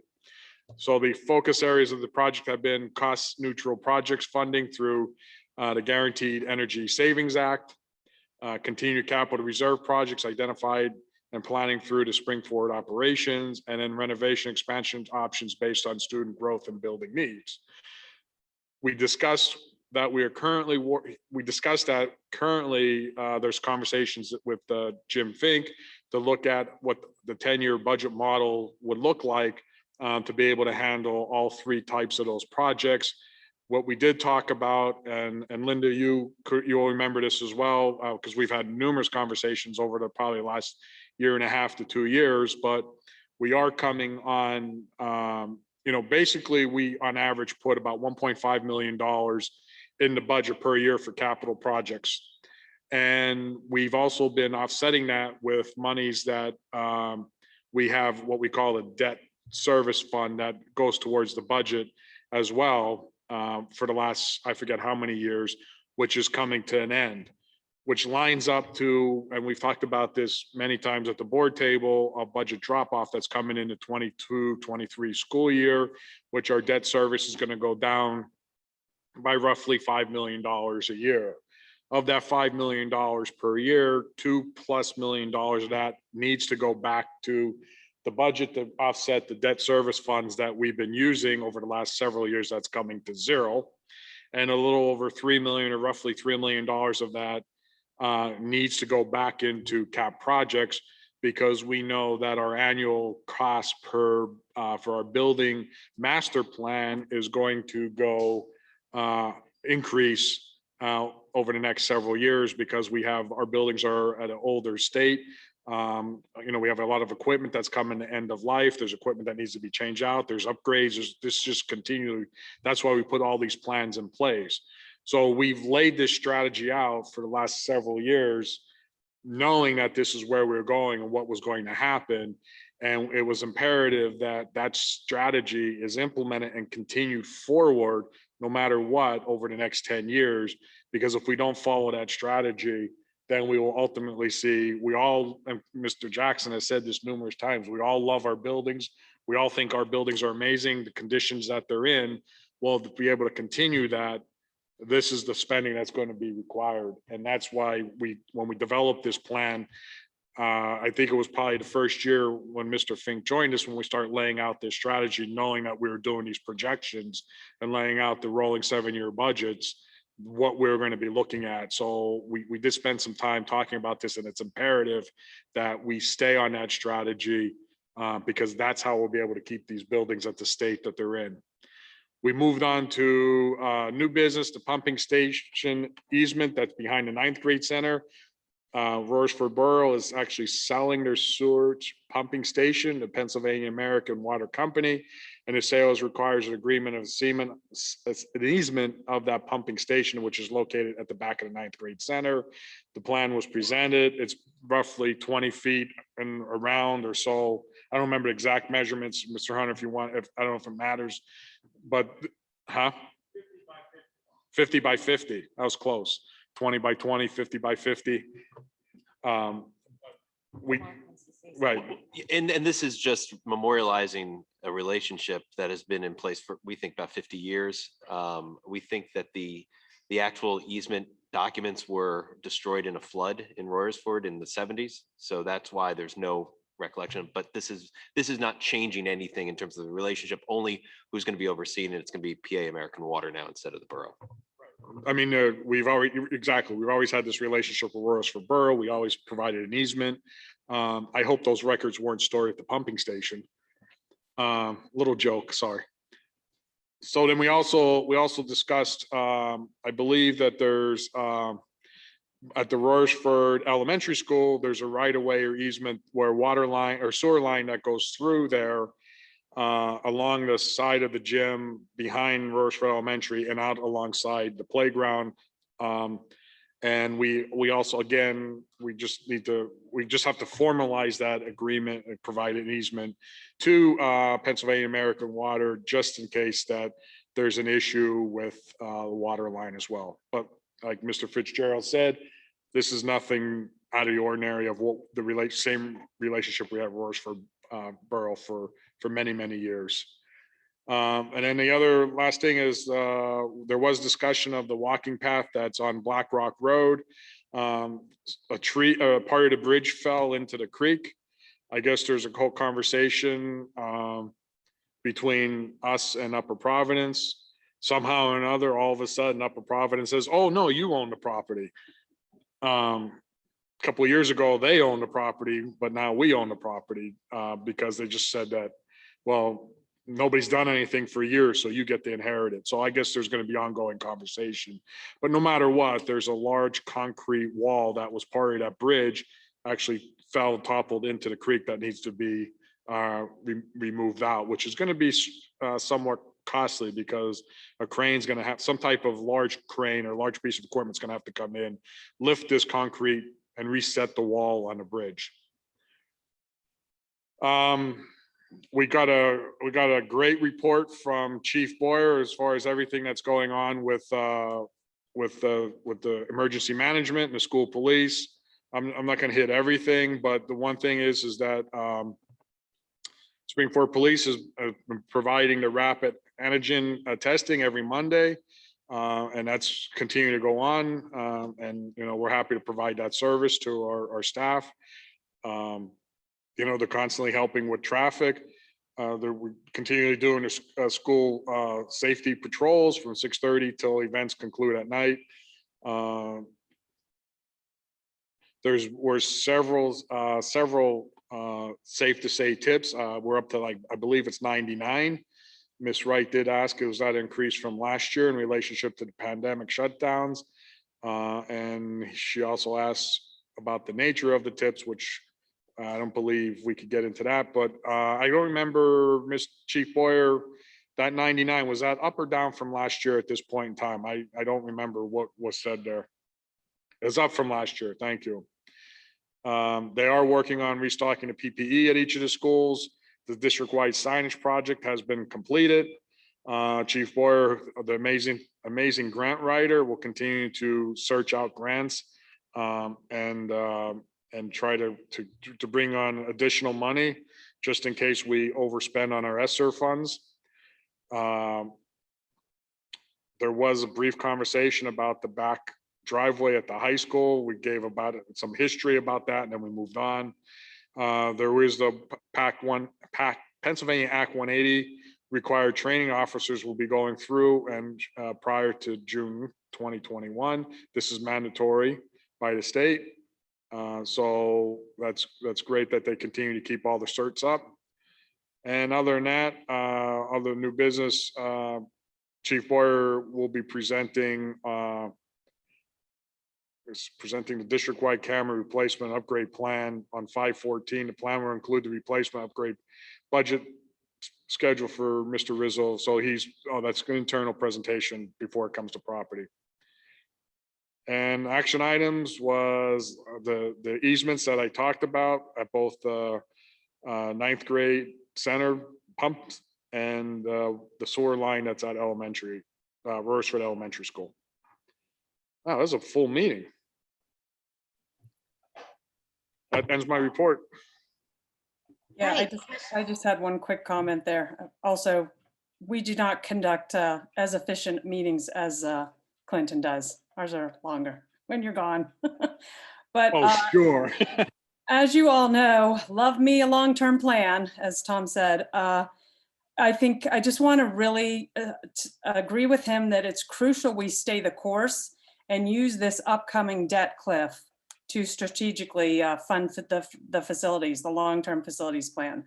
I want the public to realize that this saves the entire district money over the long run, and it's so important. It's the most fiscally responsible way to proceed. So I just wanted to add my support of that. Thanks. I think you're right, Linda. Love me a long-term plan is a great way to put it, because this is an opportunity to really keep the planning in place for our district for years to come. And it does save our taxpayers. There won't be the major emergencies, surprises, or expenses as long as we have a plan. I mean, anything can happen, but we should be well equipped to be able to handle those as they come along. So yeah, I think that's good planning. I'd like to thank Mr. DeBello for taking the property. I promise not to miss any more meetings. But to reinforce what Ms. Fazzini stated and also Mr. DeBello, Ms. Zrozowski, this planning is essential to any operations of this size. You know, we have a budget roughly plus or minus $180 million. We got 1,000 employees here. These buildings are crucial to everything we do here. So I know you guys hear me make fun of it, but I'm very serious when I say this. This 10-year plan is something we will do. We've talked about it. It is a necessary item that has to be addressed. Many districts get hurt because they don't plan in the buildings. You know, our oldest building is 89 years old.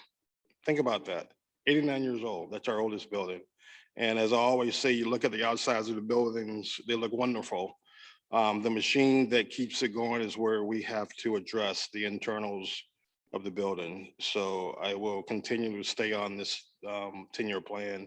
We will develop this to detail to where the district can properly plan over the next 10 years under the leadership and guidance of Mr. Hunter. So again, thank you, Mr. DeBello, for standing in, and I promise not to allow you to do that anymore.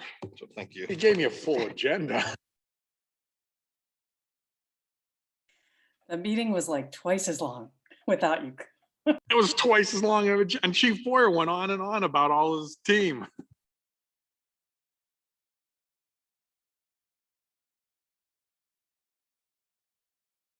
All right, well, we're going to move from there over to, let's go over to Mrs. Earl, and then we'll discuss what Mr. Fink provided us for information. But Mrs. Earl, I think we jumped around. I don't want you to feel that we skipped at any point because I know Schaefer jumped in. So could you give us the policy report? this Yeah, I'm not evening? that sensitive. Policy met last Monday, the 17th, and you'll see on tonight's agenda, I think 13 policies for final board approval. 4 more that were reviewed by Mr. Fink and Mrs. David Heiser. Those 4 and 7 others will go or have gone on to the solicitor's office for their approval. And if there aren't any major changes, it'll be to the June board meeting for first read. 2 other policies will come up for the board to dispose of, basically because they've been included in newer existing policies. One is an anti-discrimination harassment, which goes under our policy 103, which is discrimination in Title IX. And the safe to say procedures is also included in 805 emergency preparedness. So 2 policies, trauma-informed approach. We had approximately 11 of our professional peers join via Zoom. There were principals, school nurses, psychologists, counselors, special ed supervisors, educational support teachers, behavior specialists, social workers, a couple of principals. It's going to be a very involved thing. I think we're going to be probably till September till we lay this one to rest. We asked them, the participants, to come back to us with emails with their suggestions on ways we're going to handle this policy. And it'll come back to committee in the June meeting. So we'll report updates on that. Also remaining on that Zoom call was one of the school nurses to discuss the diabetes management policy. And again, that's something that we need further discussion. It'll come back to the June committee meeting. I think that's about all we have. Anybody on the committee have anything to add, or Mr. Rizzo? Ms. Earl, how could can a parent, I had a parent ask me a question, I'll put it up. How can a parent go about joining the policy? I'm assuming it's the same as property or finance. anyone can just show up and attend the meeting or Right, attend it on just on Zoom. Zoom and it's, or, yeah, and it's open to the public, just Okay. like any other policy. It All right. always has been, just like. Understood. Yep. Okay, thank you. The Christina Melton is not here today, but I wanted to make you aware that the legislative committee did not meet. It was canceled this week. All right, thank you. We were gonna go there next, so that's great. Okay. Do we want to move over, Mr. DeBello, back to the numbers that Mr. Fink shared at this point? Well, he gave me a sheet, he summarized, and I was pretty close. I was figuring at 1.9 and it's actually 1.96. So it's doing $100,000 of the real estate transfer tax, increasing from 1.7 to 1.8 million, moving to 500,000 into construction reserve, 463,000 into curriculum reserve. The salary unused portions was about $118,000 in salary and benefits, which brings the tax impact from brings it from 3% to 1.96. Millage goes from 29.316 down to 28.73. 79, or just say 28.74. That actually, our average tax increase over the last, I believe, close to 10 years has been around 1.8 to 1.9%. So it actually keeps us at what our average tax increase has been as well. I don't have the actual budget numbers. I'm sure Mr. Fink will if we want to do this, then Mr. Fink will finalize the actual numbers within the budget. But basically, it's reducing the budget from 179 million and change down to 178 million and change. And it's the reason that the reason why I thought about this is because this is a one-time expenditure movement. So it's not something that I would typically support because of passing one-time or reducing expenses by one-time funds, but then not figuring out how you're going to cover it the following year. This is a one-time movement to reduce a one-time makeup from last year's budget, if that makes sense. So it's a perfect way of utilizing the money, reducing the budget, reducing the tax impact, and trying to get as low as we can. With money we sort of intended to spend on the construction anyway. Exactly. Nicely because of Mr. Hunter's and work we did not, so. Correct. You're exactly right. So it's just basically utilizing those funds and putting them towards the budget itself. So truth be told, we should give all the thanks to Mr. Hunter, because on a serious note, if he didn't do his due diligence and manage this project the way it was managed, we wouldn't have the savings. That's point blank, period. And my math was off, so I apologize, but it was off a lot. So, thank you, Kristen, for supporting me on that.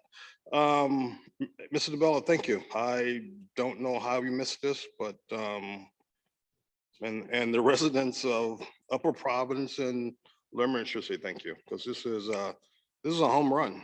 I mean, it's a flat out home run. So thank you, sir. Thank you, Mr. Fink. Well, I don't want to say I missed it. Well, I said we. Because I was basically following the direction of the board, and this just basically when we met last week or 2 weeks ago, we talked about, we're at 3%, and then we talked about that money that was coming from the construction project, and then I started thinking about it, and I said, wait a minute, I could come up with a strategy that would reduce. Utilizing that money, we could actually I could reduce that budget down to, less than 2%. It all kind of just like clicked, I'm sorry it didn't click faster, but I started thinking about it and like, wait a minute, I could actually make this happen. I thank you. Right, so I believe that Mr. Fitzgerald and Mr. Fink are working on a modification or revision, excuse me, to the motion. While that's happening, can we move over to Mr. Rizzo to keep things moving for acting superintendent report? Thank you. A lot's been happening. Hi, everybody. I just want to restate something that's very near and dear to all of us. Springford Area School District strives to be educationally relevant, focused on achievement and growth, and have a priority on people so that students are fully prepared to positively contribute to their society. That is our mission statement. Over the last 14 months, our community and district has been challenged, like many across the country. Educating our students through a pandemic has caused us to rethink everything we know about education and focus on divisive topics such as physical health versus mental health, in-person versus virtual instruction, 6 feet distancing versus 3 feet, in-person events versus virtual events, masks on versus masks off, close contact quarantining with little evidence to support the need, building closures, and a whole litany of other things. The divisive nature of these discussions has caused a lot of community angst and, in some cases, mistrust of our district. Our community has been pitted against each other with very impassioned debates on either side of a plethora of issues. We are now finally coming to a place where we are again pulling together to close out our school year and plan for Springford's future. Part of our next steps planning is to continue the work the Equity, Diversity, and Inclusion Committee have been engaged in for the last 2 years. Springford is in a process of learning and understanding more about what the terms equity, diversity, and inclusion mean and how to support children, all children. We have a fantastic staff that is dedicated to helping and growing children. We have a plan involving the use of a consultant to support our staff's growth, and we have a community that cares for the well-being of our children. While difficult conversations may be in our future, working together as an entire school community to foster safe spaces, unity, and respecting and celebrating differences will most benefit each and every one of our students so that they are best supported to, as our mission statement illustrates, be fully prepared to positively contribute to their society. We look forward to the work. Lastly, and very excited and sad, we have 2 retirees that I want to announce tonight. Joanne Camlin, elementary teacher at Upper Providence Elementary School. She has been with Springford for 16 years. And then Diane Fern, executive secretary of the superintendent, secretary to the board. She's been with Springford for 20 years. We know her as she who knows all and keeps us all straight and in line. Diane, you are going to be sorely missed. I'm going to kind of stop before I get too far just to say thank you for all you've done for me, helping me throughout these last 2 years. It's been a great time and I'm going to miss you. Thank you. That's what I got.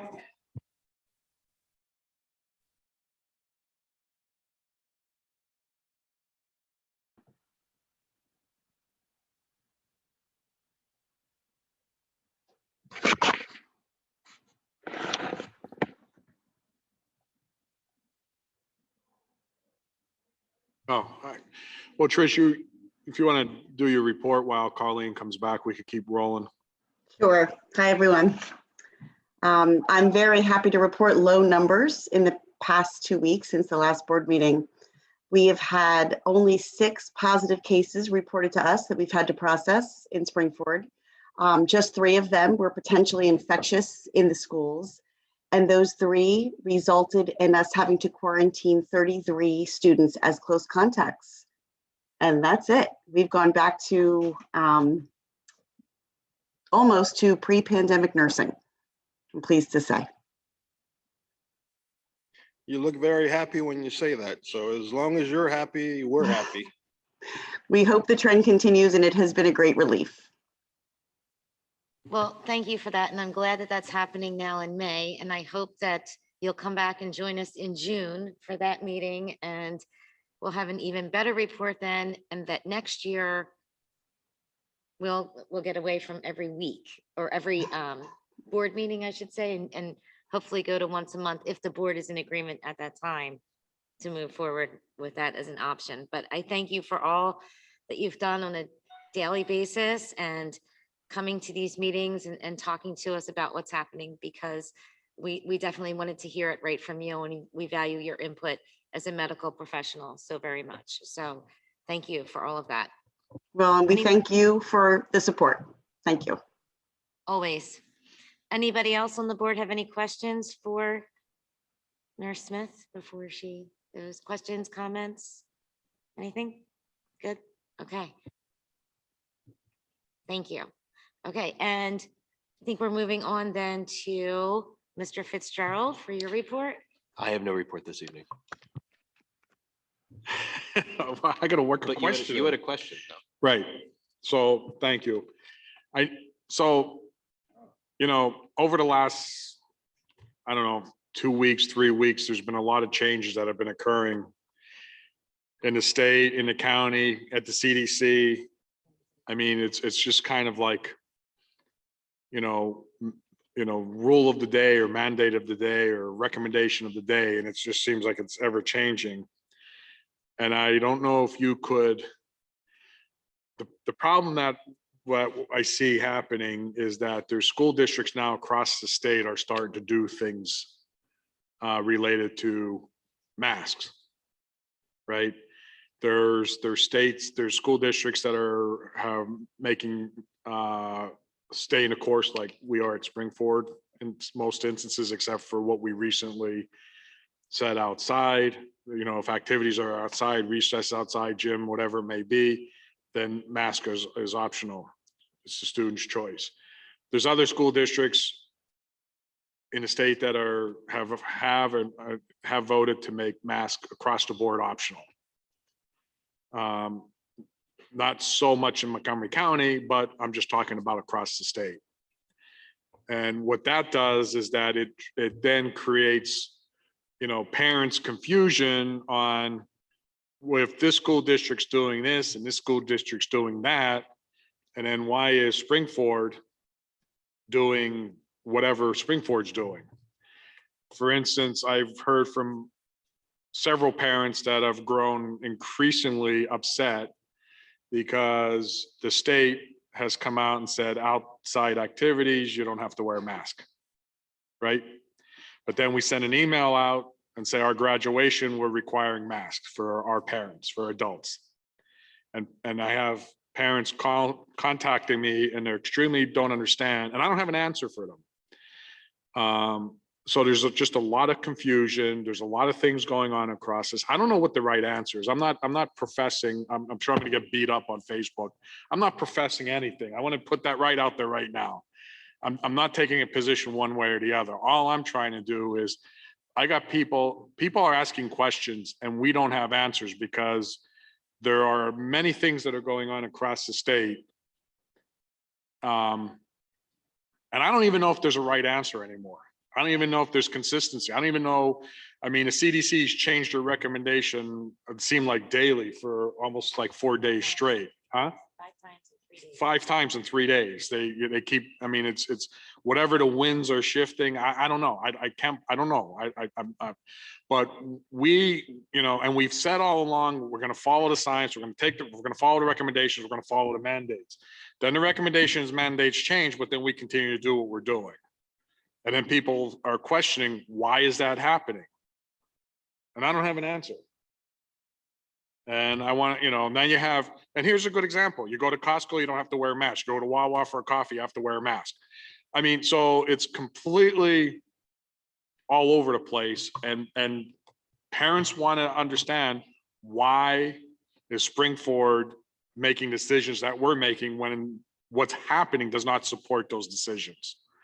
And because right now, pretty much at the state level, everything's been watered down to, from PDE, basically watered down to a recommendation.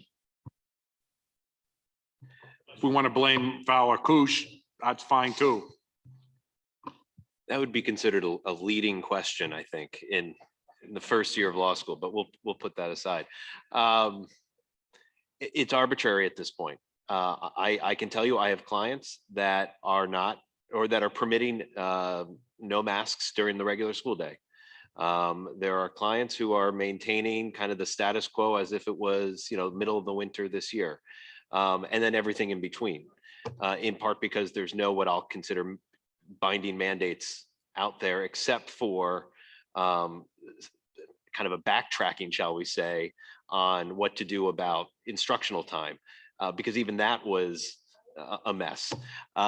So at this point, there isn't a legally binding approach other than what is reasonable for the particular organization and what the board administration chooses to do. But there is not, there's nothing binding. It's arbitrary at this stage. It's completely arbitrary at this point, and there's no consistency anywhere. So you can't tie it and say, well, we're following this because the biggest issue I got over the last week and a half was, okay, Mark, if we're going to allow 11th and 12th graders to attend school without masks, can we prove vaccination? Or how about staff? Can we prove vaccination? And candidly, there are arguments on both ends to that. And there's no set requirement one way or the other, but it has created this vacuum of, okay, all of a sudden we get this guidance. How are we to regulate it one way or the other? Or should we even regulate it? I mean, frankly, I'm of the view, I don't necessarily want to know if this person has or doesn't have the vaccine, because then we're on notice of certain things one way or the other. So it's, we are crawling to the end of the school year with really a myriad of arbitrariness. Well, I understand that, and that's why I said I'm just trying to get clarity, because that was going to be my next question, is that, under the guidelines, if students are vaccinated, they're not, and per the CDC, they don't have masks are optional. And we're still sitting here saying that our students, and like you said, 11th, 12th grade are required to wear masks. So we're kind of like, if we've said all along, we're going to follow, and which makes it frustrating, as you said, that it's all arbitrary at this point, because there's no mandates, there's no nothing. We're all kind of left hanging to make decisions, whatever those decisions are. And the problem that I have is that I don't have answers to why are we doing things when other districts aren't. Can I ask, does anyone know right now what the Montgomery County Department of Health and what PDE recommendations are within schools? I know that we have followed the guidelines of the CDC, but the CDC isn't the governing body. We've really been following along with what the Montgomery County Department of Health and PDE recommendations have been. So the last time I checked the score on how this worked, with PDE put out guidance in March that really nobody listened to. Well, didn't listen to, but it was kind of a below the fold notice that they were going to follow anything the CDC said. And then the CDC came out, I think it was now 10 days ago, 2 weeks ago, and said, anybody who's vaccinated can go without a mask, indoors, outdoors, kind of a blanket press release, which then at that point with PDE's order, that's what would be reflective of what school districts could do. And frankly, school districts at that point rolled out a response to that. In many parts of the state that said, okay, here's what the CDC said, here's what that order from March, I think it was March 21st said, and they then proceeded to revise their health and safety plans, any other documentation accordingly based on that. CDC then comes out about 72 hours later, maybe a few days after that, and says we are backtracking specifically as relates to schools. But by that point, districts had already modified their plans and said, we're not going back at this point. We've responded to what the CDC put out. We had board meetings that addressed it. We had authorization by governing bodies. We have 9 days left in the school year. We're not going to be then calling an emergency meeting to adjust our health and safety plan. That is really the long and short of, I think, where we are today. This is exactly the problem that we've had pretty much all along, is that whether it's the CDC filtering down to PDE or filtering down to MCOPH or what have you, what happens is the goalposts keep getting moved. And how many times have we heard over and over again, well, you set the parameters here and then you change the rules. We changed the rules not because we wanted to sit here as a board and change any rules. We changed rules and we made modifications because of what was passed on down to us. And now it really is happening again on how we decide to go forward. Frankly, we have what, 17 days left? 17.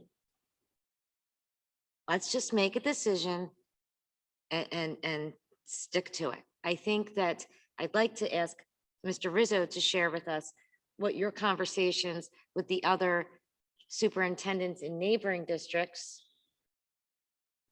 what their intention is with those districts and what their intention is. I believe I have an understanding, but if you could maybe share that to go as an option to go forward, as a consideration to maybe go forward. Before he speaks, I do want to say in response to what you're saying with the goalpost moving, I'd like to think that we have been reflective and we've been reacting or responding as things have changed. I mean, this year has been a year full of transitions. And so I would hope that as a board, we've looked at what the governing bodies have said. We've looked at what's in the best interest of our community, and we've been reacting and responding to them. So in a positive That's way a of what we've- positive.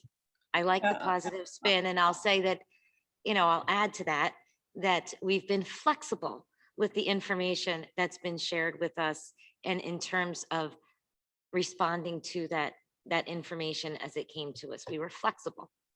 I just also want to add that I think we've also been successful. I know it's been difficult and there's been a lot of toxic background, but we have been successful in not transmitting in the school, and we've been successful in in-person education. And we've done a great job doing that.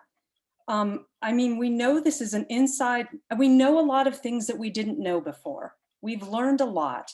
And I think that I would just ask the public to be patient. I know it's very difficult and they get very frustrated and very angry.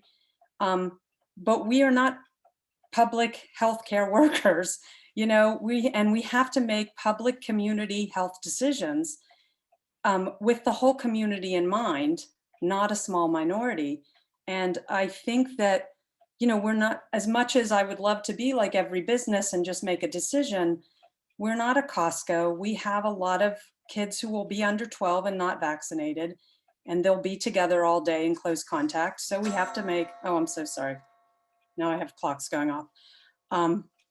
So I just want to say that I think we've done a good job, and I think that we should not be so negative, and there's no reason to place blame anywhere. Everybody's in the same boat, So thank you, Linda, but I'm not being negative. I just want to make sure I'm not being negative. Oh, okay, because I just want to make sure that. It was me. Oh, okay, okay, thank you, because I'm trying to stay, I'm just trying to say, this is what, I just have questions. I'm not questioning decisions that were made.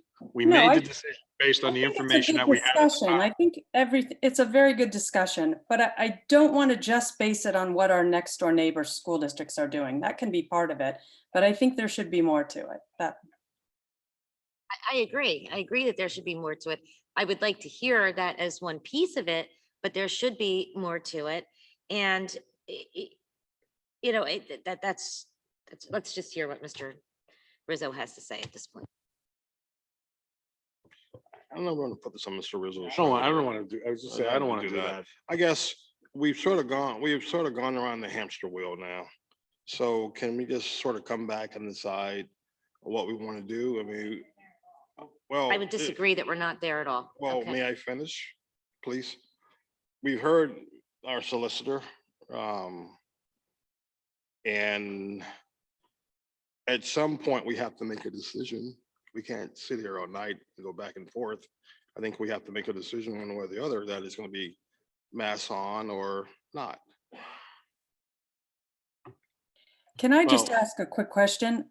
Because we just heard a great report from Trish Smith. If we do decide, I think outdoor, I don't think it's transmitted outdoors. So I think, masks outdoors now are not needed. But if we decide to go no mask, and are we still responsible for contact tracing? And if the levels go up, are we potentially shutting down? Because I do not want to risk, especially the end of this year, but I don't want to risk shutting down in-person learning again. That's my one worry. What if we just focused on, commencement and start there? So could we have commencement where masks are completely optional? I mean, it's entirely outside. We're done for the year then. And can we give these kids and their families one normal day of a normal graduation? I think it's completely reasonable. I agree with that. Or that masks are optional, because there are those, even at commencement parent family, where they will still want to wear a mask. That's So- what he said. I did say completely masks optional. Oh, I'm Yeah, sorry, I that's missed okay. that. Okay.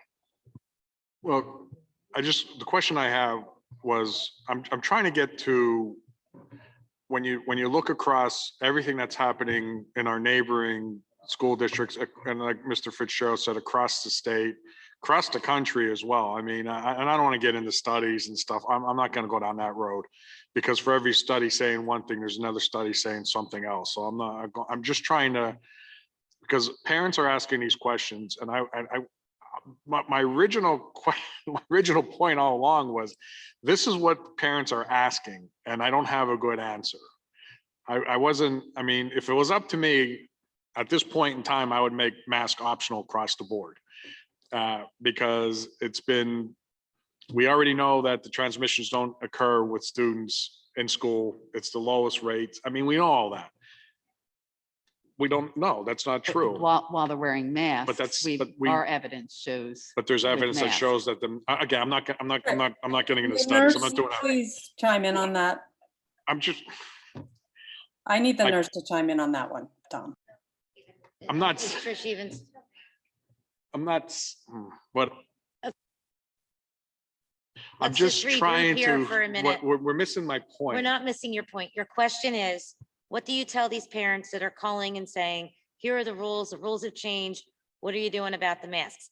We don't want our kids to wear them. Perhaps that's what you're hearing. For as many parents that are saying that, there is a whole other group of parents that are saying, we just want to get through the year.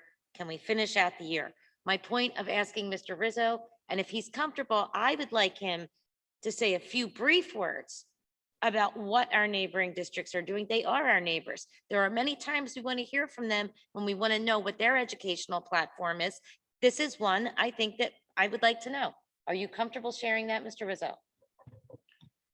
Sure. First, clarifying question. Mr. Fitzgerald, is the governor's masking order still in effect? From my understanding, the answer is no. Okay. It has been, deference has now been given to districts to make local decisions at this point. It is Okay. not what it was under the universal masking order and the attestation process. Okay, thanks. So other districts, we have these same conversations formally every Tuesday, Thursday, now just every Thursday. And everybody is in a state of, I don't know, because they've got parents on both sides that have very, very significant arguments, and they back up their decisions. They back up their opinions with their science and with their research. So it's a challenge for sure. What I'm hearing a lot of, and what other districts are hearing a lot of, is that we committed to coming to school with these guidelines in place, and with the last couple of weeks of school, we're not terribly comfortable with changing those. So superintendents across the whole county are feeling similarly. Most of them, the decision that we made to take masks off if they're physically exerting themselves during phys ed or during recess, whether you're 6 feet apart or not, that is consistent with most school districts across Montgomery County. Some are not doing that. Most are. To my knowledge, most schools, and we'll talk again on Thursday, most school districts are not changing their masking requirements during the school day. They're kind of keeping that consistent as well.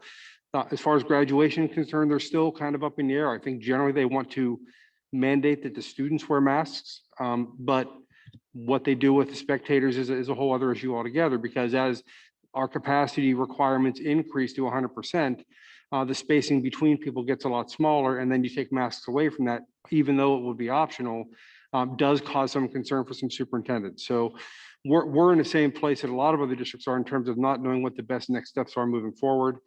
So that's kind of where we are. That's fine. And I suspect that between now and June 15th, there will be additional changes, guidelines, recommendations, what have you, regarding masking. So do you does the administration, does the board need to do anything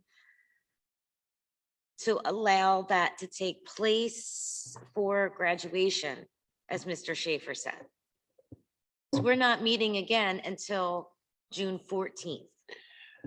If it's the desire of the board to authorize the administration to take action between now and June 15th, reflective of the potential relaxation in mask wearing at such events as the graduation, then I think we would want to direct them to do it. And then those changes would be reflective in what is a very antiquated health and safety plan, because it was drawn up a year ago. So I would tweak that to the plan for this particular purpose. And then frankly, I think at a meeting in June, we need to sunset the health and safety plan. Okay, so with that, can we just give board direction if Yes, everyone is in agreement? you can do that. Yes. that Is you- everyone in agreement to go with that as board direct to give that board directive? May I ask that you restate that before we say each one of us what? This would be to authorize the administration to modify the current health and safety plan reflective of the direction here tonight to relax any and all masking requirements for an outside non-instructional event such as graduation. Is there any other events coming up outside other than graduation? I think that's the last one, right? We have the music banquet coming up. That's another big one that's happening. That's outside, right? Dr. Collier?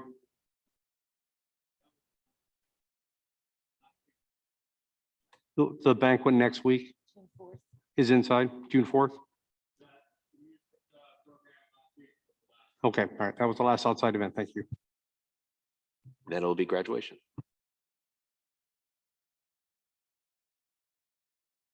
So is the board good with sharing that directive? I think, can we, when it's phrased or when it's put out there, can we also state that it's the optional not to wear masks, so the people who still may choose to wear masks, those that feel that they have health risks or something, are comfortable actually still wearing a mask too?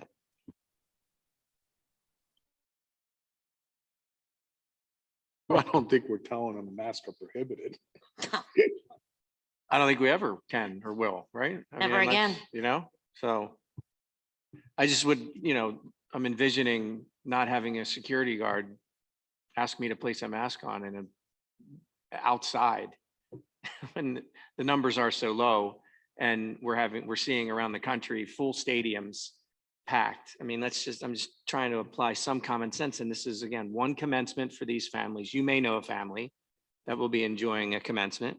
And I think I Mrs. think Fazzini knows one too. we're way beyond where this is reasonable. And I appreciate everybody's support to make this happen. And I thank you for bringing that up. Okay. Clarity, please. Yes. I want to make sure that I move forward appropriately. So you're saying either A, that you are authorizing us to make a decision to make masks optional for commencement, or are you saying that you are authorizing masks being optional at commencement? The first option is updating the HSP so we can make the decision without board action. The second one is board action, and we are making masking optional for spectators at commencement. I just want to make sure I understand which way we're going with this. Yeah, I mean, I think it might be both, and I can talk to you afterwards about what to revise. But I certainly know the direction of the board, and you wouldn't be doing something outside of that direction. So Yeah, I we'll feel like discuss I it. have it. I just want to make sure that I don't get an email. That's not what we said, Bob. So I want to make sure we got it. Okay. Well, you thanks. might get that anyway, but that's the other thing. I think his question is legitimate, so I'm glad that you'll talk. My question was, are you authorizing, basically, are we authorizing an update to the HSP so the administration can make a decision about spectators? Or are we just saying that spectators is optional? We're just making the decision. Okay, that's what I needed. Thank you. Okay, we're going to move on through the rest of the agenda now. Wow, it's already 10:15. We have the minutes A and B. Is there a motion to approve? So moved. And a second? Questions or comments? All in favor, say aye. Aye. Any opposed? Motion carries. Personnel, A through N. Is there a motion to approve? And a second? Second. Questions or comments? All in favor, say aye. Aye. Any opposed? That motion carries. Finance. I am going to separate out E, F, and N. E, F, and N. Yes, I can explain. And we're going to take E, F, and N first. And Mr. Fitzgerald, I'll refer to you for E, F, and N. Sure. We separate D3 as well. We will. We're going to come back to that. We're going to do E, F, and N first. Okay. So E, F, and N are connected to the budget issue. So you do have a budget action item on the agenda. To the extent that there's going to be a change, there needs to be a motion to amend the current action item. Motion to abandon current action item E, F and N. all three. Yeah, I would do it all. I would do all three. Okay, And then I E, can F, and N. Is there a second? And let's just clarify, this would be reflective of the discussions Mr. DeBello had in finance earlier this evening. Questions or comments? All in favor, Oh, say aye. okay. Yeah, we'll take public comment. Do we on have the- to take public comment to close, to end this out? We have to take public comment for the next motion We can vote on the amendment and we'll take comment on the, if the on amendment. the, on the Yes, revised that's one. what we'll do. Okay, so questions or comments from the board on ending E, F, and N? All in favor, say aye. Any opposed? Okay, that motion carries to end those. Now we're going to, go ahead. Okay, and or amend. Here is what now the new items will read. New E will read as follows. Administration recommends approval of resolution 21-18 for adoption of the 2021-2022 general fund budget in the amount of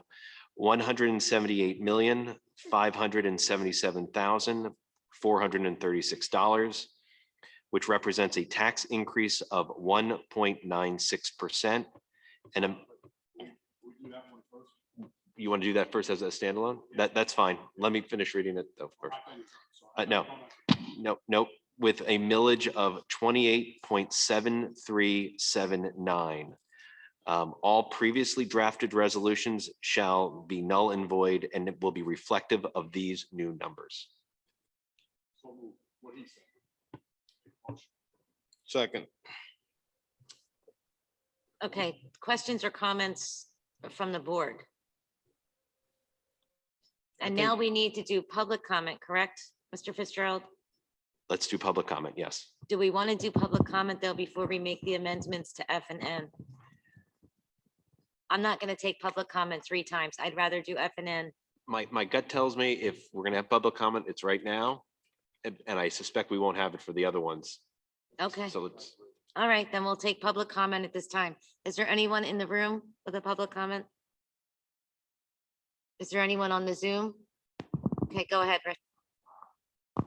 I'm sorry, at this time they dropped out. Okay, and then all in favor, say aye. Aye. Aye. Any opposed? That motion carries. Mark, you could do the next two together. F and N, you can do Right. together. great. All right, let's do F and N together. New F will read, administration recommends approval of resolution 21-19 for the 2021-2022 homestead farmstead exclusion. And then all previously drafted resolutions shall be modified to reflect the changes at the May 24th, 2021 board meeting. So that is F, and then N will now read as follows. Administration recommends closing out the fund for the high school expansion project as all commitments related to the project have been completed and satisfied. The remaining funds in the construction account in the amount of $963,224.76 shall be dispersed as follows: $500,000 to budget reserve and $463,224 to curriculum. Yeah. Excuse me, capital reserve. Yeah. Okay, is there a motion to approve those two motions? So move. Second. Questions or comments from the board? I'd just like to, again, thank you, Tom, for, this is years of experience and knowledge and understanding the complexities of our financial situation. And thank you for bringing this up. It's quite significant. Appreciate it. Okay, and we'll take any public comment? No. Okay, then all in favor, say aye. Aye. Any opposed? Okay, that motion carries to pass both of those. Okay, now we're going to go back and we're going to separate out D3 and R also, and then we'll take the remaining. So D3, is there a motion to approve D3?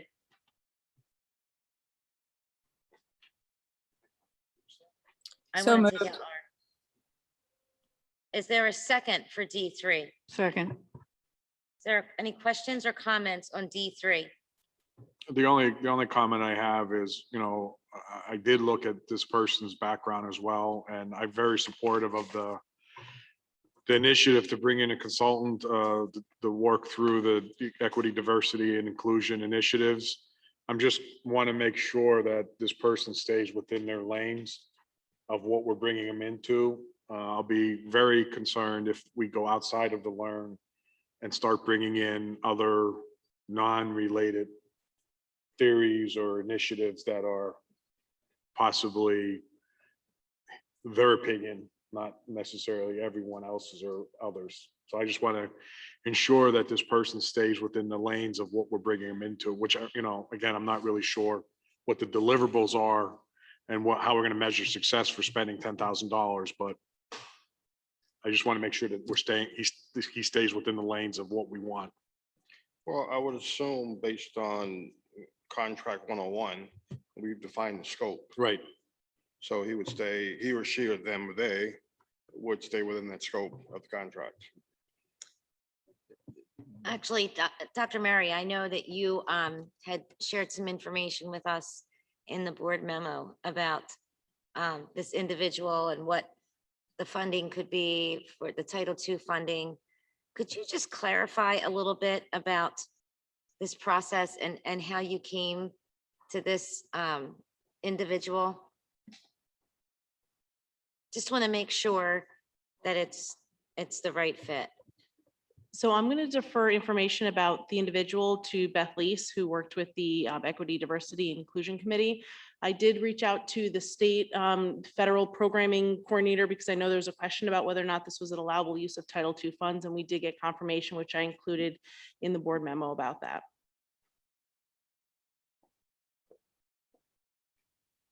Good evening. A subcommittee of the EDI committee had started interviewing consultants a while ago when we saw that it was going to be evident that we would need guidance to move forward. As Mrs. Pizzini had stated when we did our presentation a few months ago, the EDI committee is being very calculated in how we're moving forward, and we know we cannot trip up, so we need a little bit of guidance. Dr. Patchke, Dr. Whitaker, Dr. Koch, myself, and Mr. Rizzo met with various consultants. Given the scope of Mr. Wiley's networking, we felt he would be the best for the dollars. He was certainly came in the lowest price as well. He's really, I mean, according to the three stipulations that I saw here about the Title II, his focus is really going to be on professional development. Correct. Professional development and giving the EDI community capacity then to promote professional development on our own without additional services in the future. All right, thank you. Okay, any other questions or comments on D3? All in favor, say aye. Aye. Any opposed? That motion carries. And then R, I just had a question about R. And I guess this is probably Mr. Fink. Sorry about that. but because I know you've been up a few times. Here he comes. Just the very last line of that, the potential for revenue share on the installation and operation of these stop arm cameras. What are the implications of that? No, it says revenue share, potential for revenue share. Some must have missed that. Can you clarify that for me? Because I I'm did getting miss. my steps in tonight, Mrs. Zowski. Yeah, there's a potential of a 60-40 split on the ticket share. The numbers that, yes, on the numbers that I ran said likely not going to see a lot there. But again, as Mr. DeBello said earlier, we're more concerned about the safety of our kids at the bus stops than the dollar potential on any of that.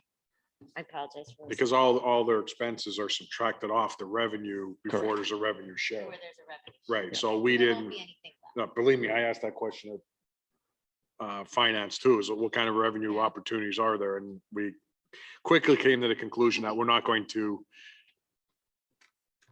get excited about.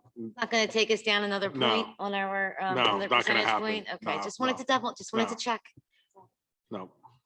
So I would just like to comment on that. I'm familiar with these cameras on, and the potential is great for what they can do.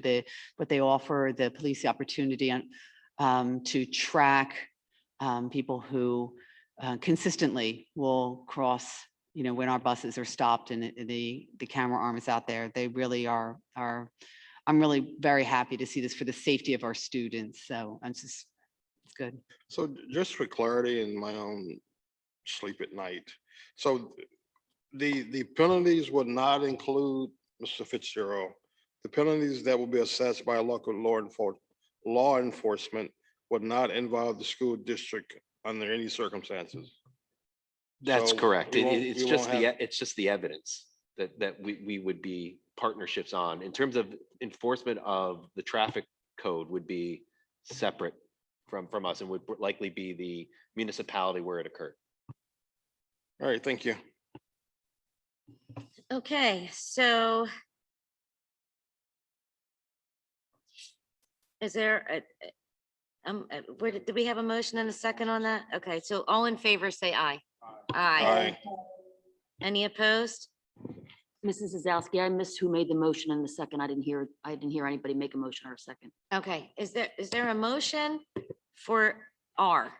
So moved. And a second. So Maggie and Tom, we went through our questions and comments. All in favor, say aye. Aye. Aye. Any opposed? No opposed, so motion carries. Okay? All right, then we're gonna take the remainder of finance, A through S, less E, F, N, D, 3, and R. And I'm not gonna figure it out otherwise at 10:30 at night. Is there a second? Okay. Just say it again so I can. Oh my. A through S, less E, F, N, D, 3, and R. E, F, N, D, 3, and R. This is like bingo. It's like a bingo. Okay. All right. Is there a motion to approve those? You did it in a second. Questions or comments? All in favor, say aye. Aye. Aye. Any opposed? No, those motions carry. Okay. Moving on then to new property, A. Is there a motion for A? So moved. And a second? Second. Questions or comments? All in favor, say aye. Aye. Aye. Any opposed? That motion carries.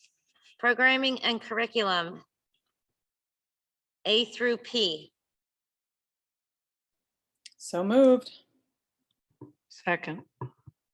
Questions or comments? That's including O and P. They were new this week. Questions or comments? None? Okay. All in favor, say aye. Aye. Aye. Any opposed? Motion carries. And then we'll move on to conferences and workshops, A through D. Is Is there a motion So moved. and a second? Second. Questions or comments? All in favor, say aye. Aye. Any opposed? That motion carries. Other business. A, which is 13 policies through D. So move. Second. Questions or comments? B, is there a reason that we keep seeing this? It's a standard policy, so why is it, we keep seeing it? I think it had to come before us before, didn't it? And then it was on at the work session, and now it's on tonight for approval. Yeah, the last band trip it was on, and then we brought it forward 2 weeks ago because this was a new parent wanting to take their child with them after the end of the band trip. So this has to come before the board every time there's a new parent, even though it's a standing policy? I'm just asking. Well, I don't know if it's a standard or standing policy. What we could do is have this as a standing policy that these types of waivers can be dealt with at the administrative level. If they're going to be on a case-by-case basis, they would have to come to you. So, Okay. I mean, I think it's easier if you give the authorization to the admin to have this release in the future. Can we Yeah, give that as a directive? Yes. And- Yes. Okay. I was just- Is everybody okay with that? Yes, Okay with that? All right. I'm good with that.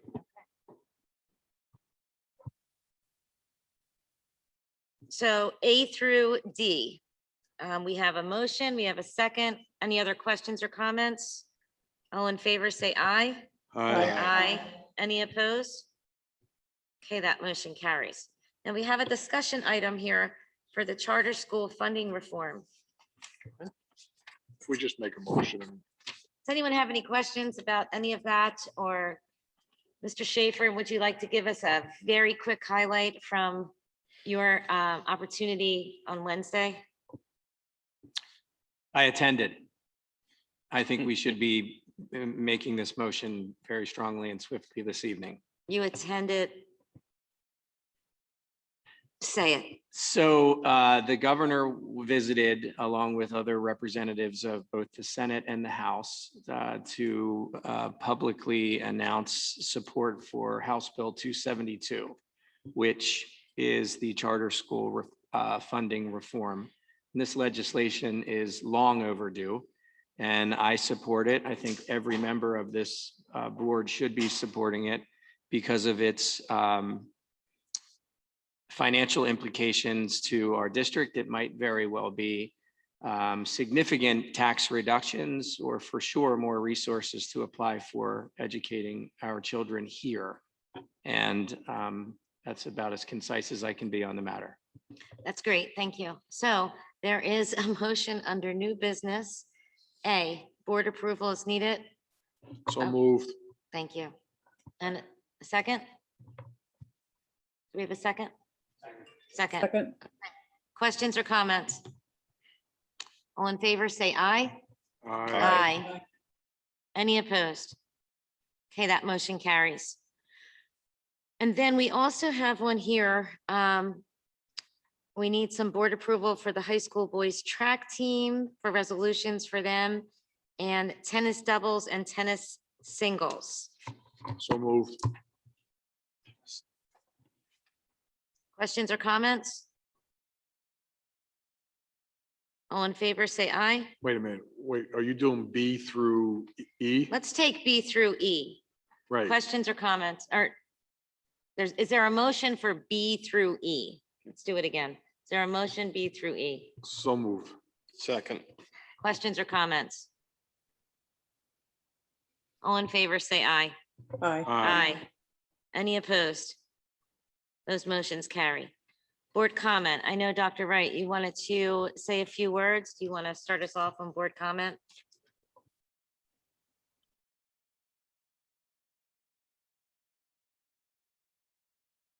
Is there any other board comment this evening? I had a board comment if I could quickly. I just want to say a quick thank you to the whole school board for this experience and opportunity, as this is my last meeting, as well as a huge thank you to the student body for being so supportive and being a wonderful student body to represent, and a huge thank you to Springford community This was an amazing opportunity and experience, and I'll truly miss it.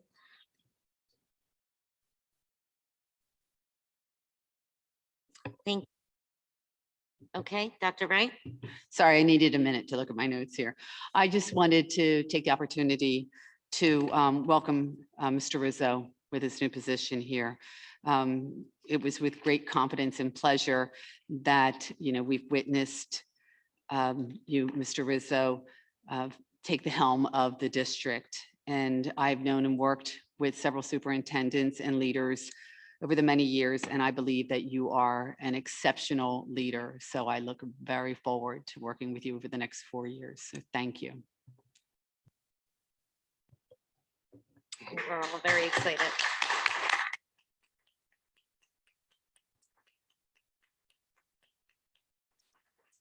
Just want to, I'm sorry, I was just going to say that I also was going to thank you, Ms. Wright. I was going to congratulate Mr. Rizzo on, I'm sorry, Dr. Wright. It's a huge accomplishment. I think that you've demonstrated, as I said a few weeks ago, or it seems like forever, but when I made the original motion to proceed forward with you, I think that, deep down inside, I felt it was the right thing to do at the time, based on everything that was going on. It's the right thing for Springford.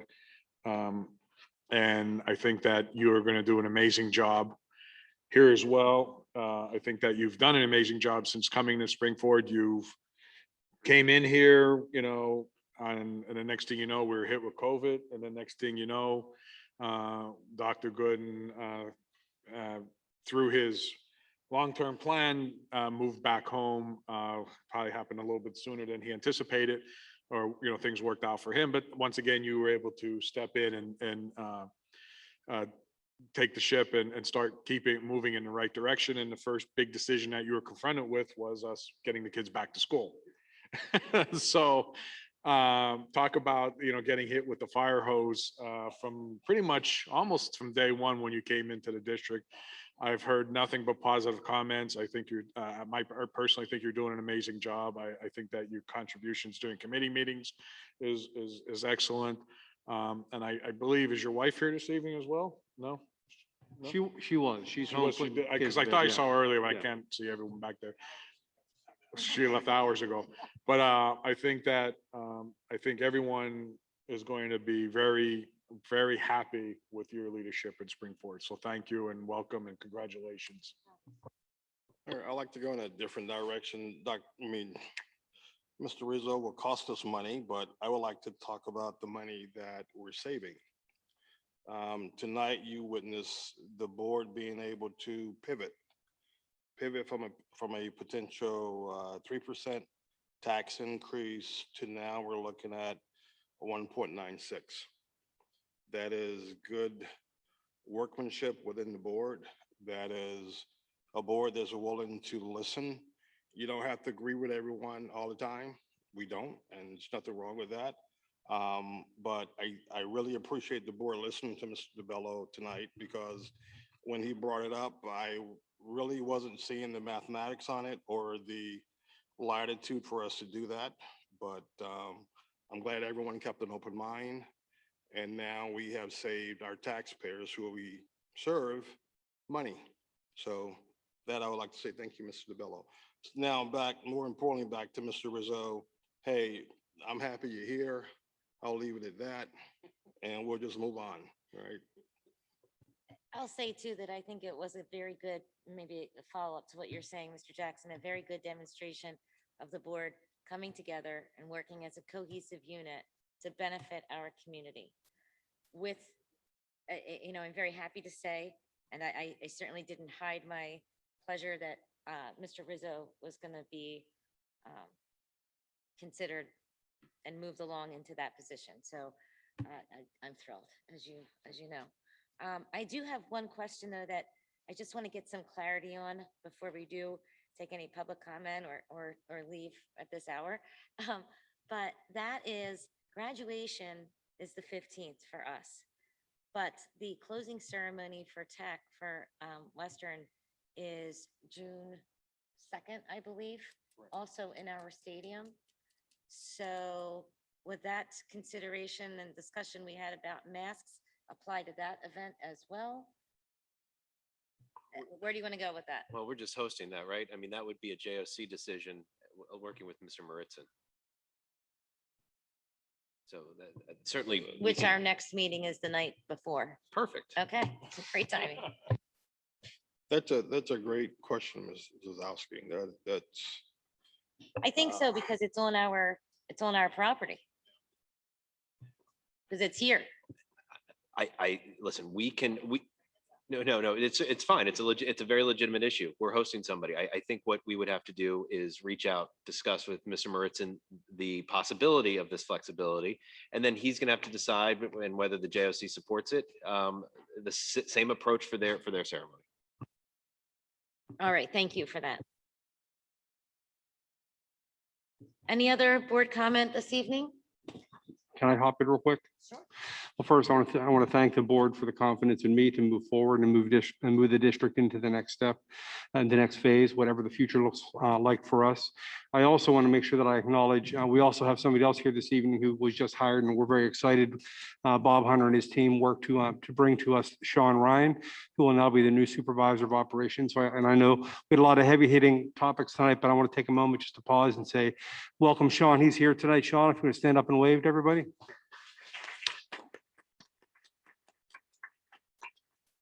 Yeah, Bob's sitting next to him right now, telling him all the things he has to do as soon as he gets here. So we're excited to have him on board, and we look forward to what he's going to bring to the district. Thank you again. And all right, cool. I think that Mr. Hunter introduced Sean to a couple of us before the meeting got started, and he is full of enthusiasm. He brings that in his experience. So we welcome you to the district and hope you'll be good for us, and that you'll find a home here with us at Springford. Okay, and are we ready to take public comment? Anybody in the room? Anybody on the Zoom?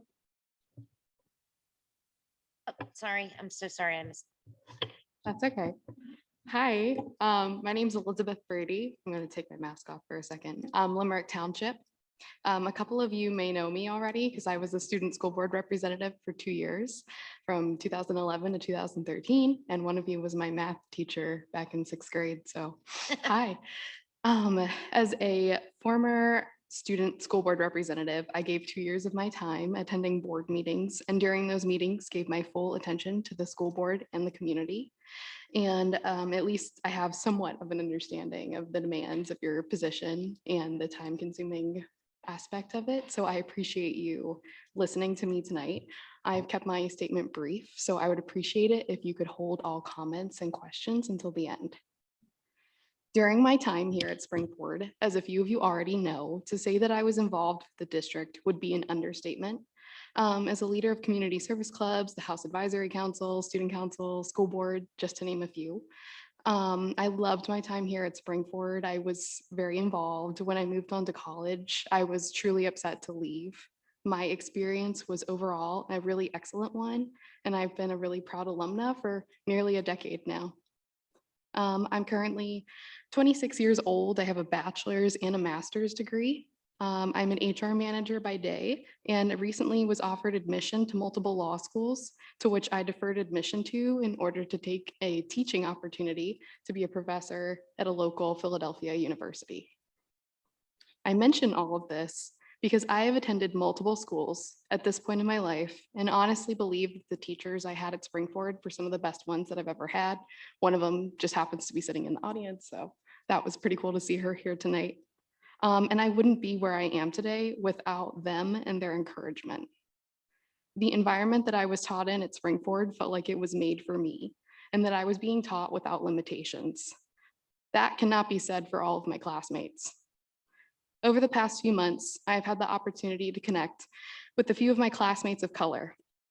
And I have to say that their experiences here in the district were not as rosy as mine were. They do not look back on their time here with the same level of joy and nostalgia that I do. I'm not going to get into specifics because those are not my stories to tell. And I believe that they should be given an opportunity to tell their stories and be heard by the school district. When I hear accounts from other students of color who have attended Springford more recently, it's discouraging to say that not much has changed since I've left. One of the reasons that I was so involved in the school was because I firmly believe that everyone is entitled to world-class education, and that is the experience I know Springford strives for all of its students to have. When I heard some of the comments from the board meeting during the May 10th meeting, I was disappointed, to say the least. The comments made by the school board members regarding Black Lives Matter sticker found in the school were discouraging and triggering for many students and community Okay, we've members hit alike. 3 minutes. I can stop if you'd like for me to. I'm very near the end. I would like to hear some more. We'll do another 30 seconds, and then I think it's only fair at that point. Perfect. Thank you. From my experience, you are here and you have the opportunity to prevent students in the past, present, and future from experiencing as well as contributing to systems of oppression. They exist whether or not the school board chooses to acknowledge them. I definitely see the diversity and inclusion community as a really good effort going forward, and I hope to see some positive impacts from that. I have a lot of alumni that I've been speaking to, and I'm sure many current students who are more than willing to speak with you about their experiences at Springford and changes they would like to see. Thank you for the additional 30 seconds.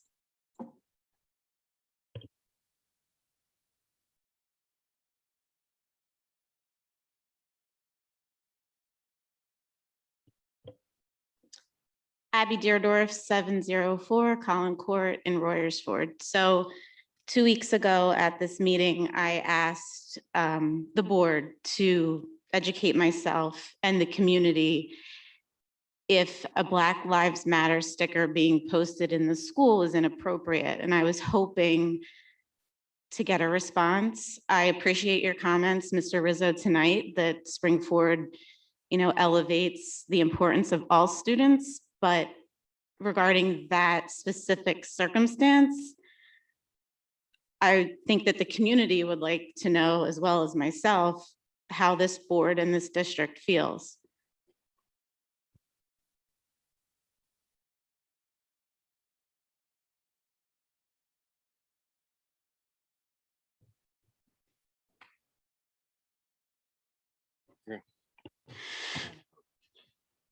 So to your point, Abby, the question is that it's currently at the EDI committee to discuss. We're fleshing that out right now. So we had a meeting last week, 2 weeks ago? No, the Thursday after the board meeting, and then we have another meeting coming up Wednesday morning. So we're continuing to discuss that. Okay. Any other comments from anybody in the room?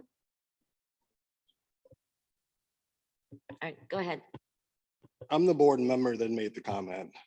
And I think it's been taken completely out of context, and maybe I should have given more context to it.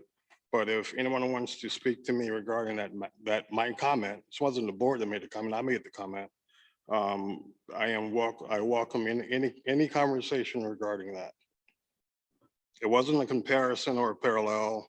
It was a comment that I made, not the board made. I made the comment.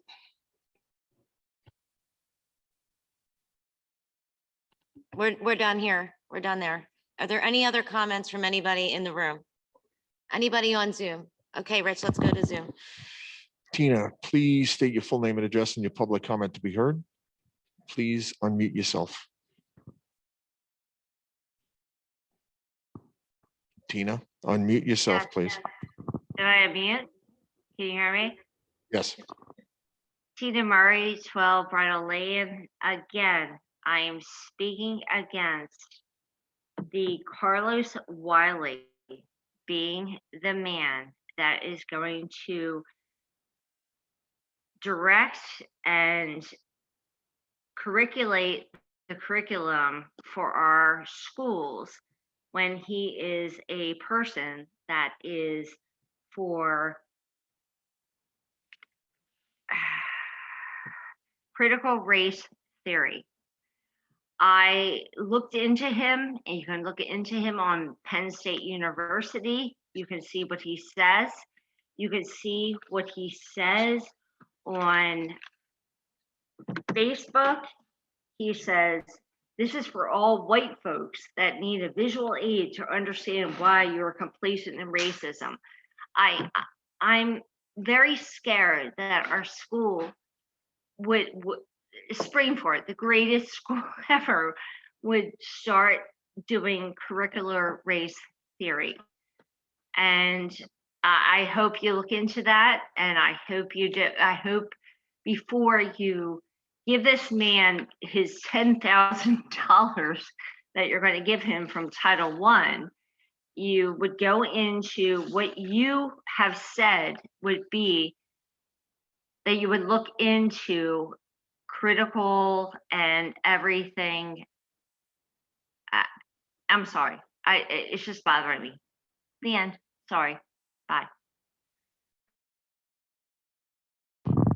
Lucy. I think we just gotta be clear. He's not coming to develop curriculum. He's coming to help the diversity committee, EDI to build out a model related to diversity, inclusion, and equity.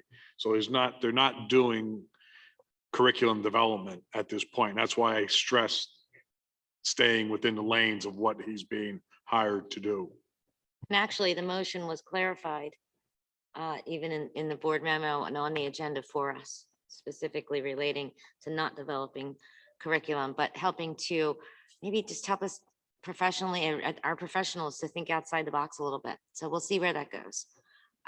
Okay, any other comments? Go ahead, Rich. Lucy Rupert, please state your full name and address and your public comment to be heard.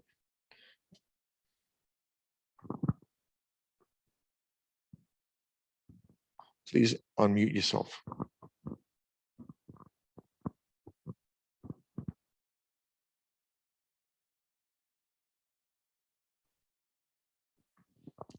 Lucy, please unmute yourself.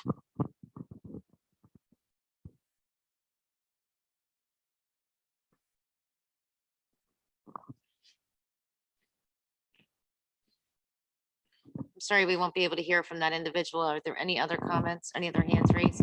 No other hands raised at this time. Is there a motion to adjourn? Motion to adjourn. Is there a second?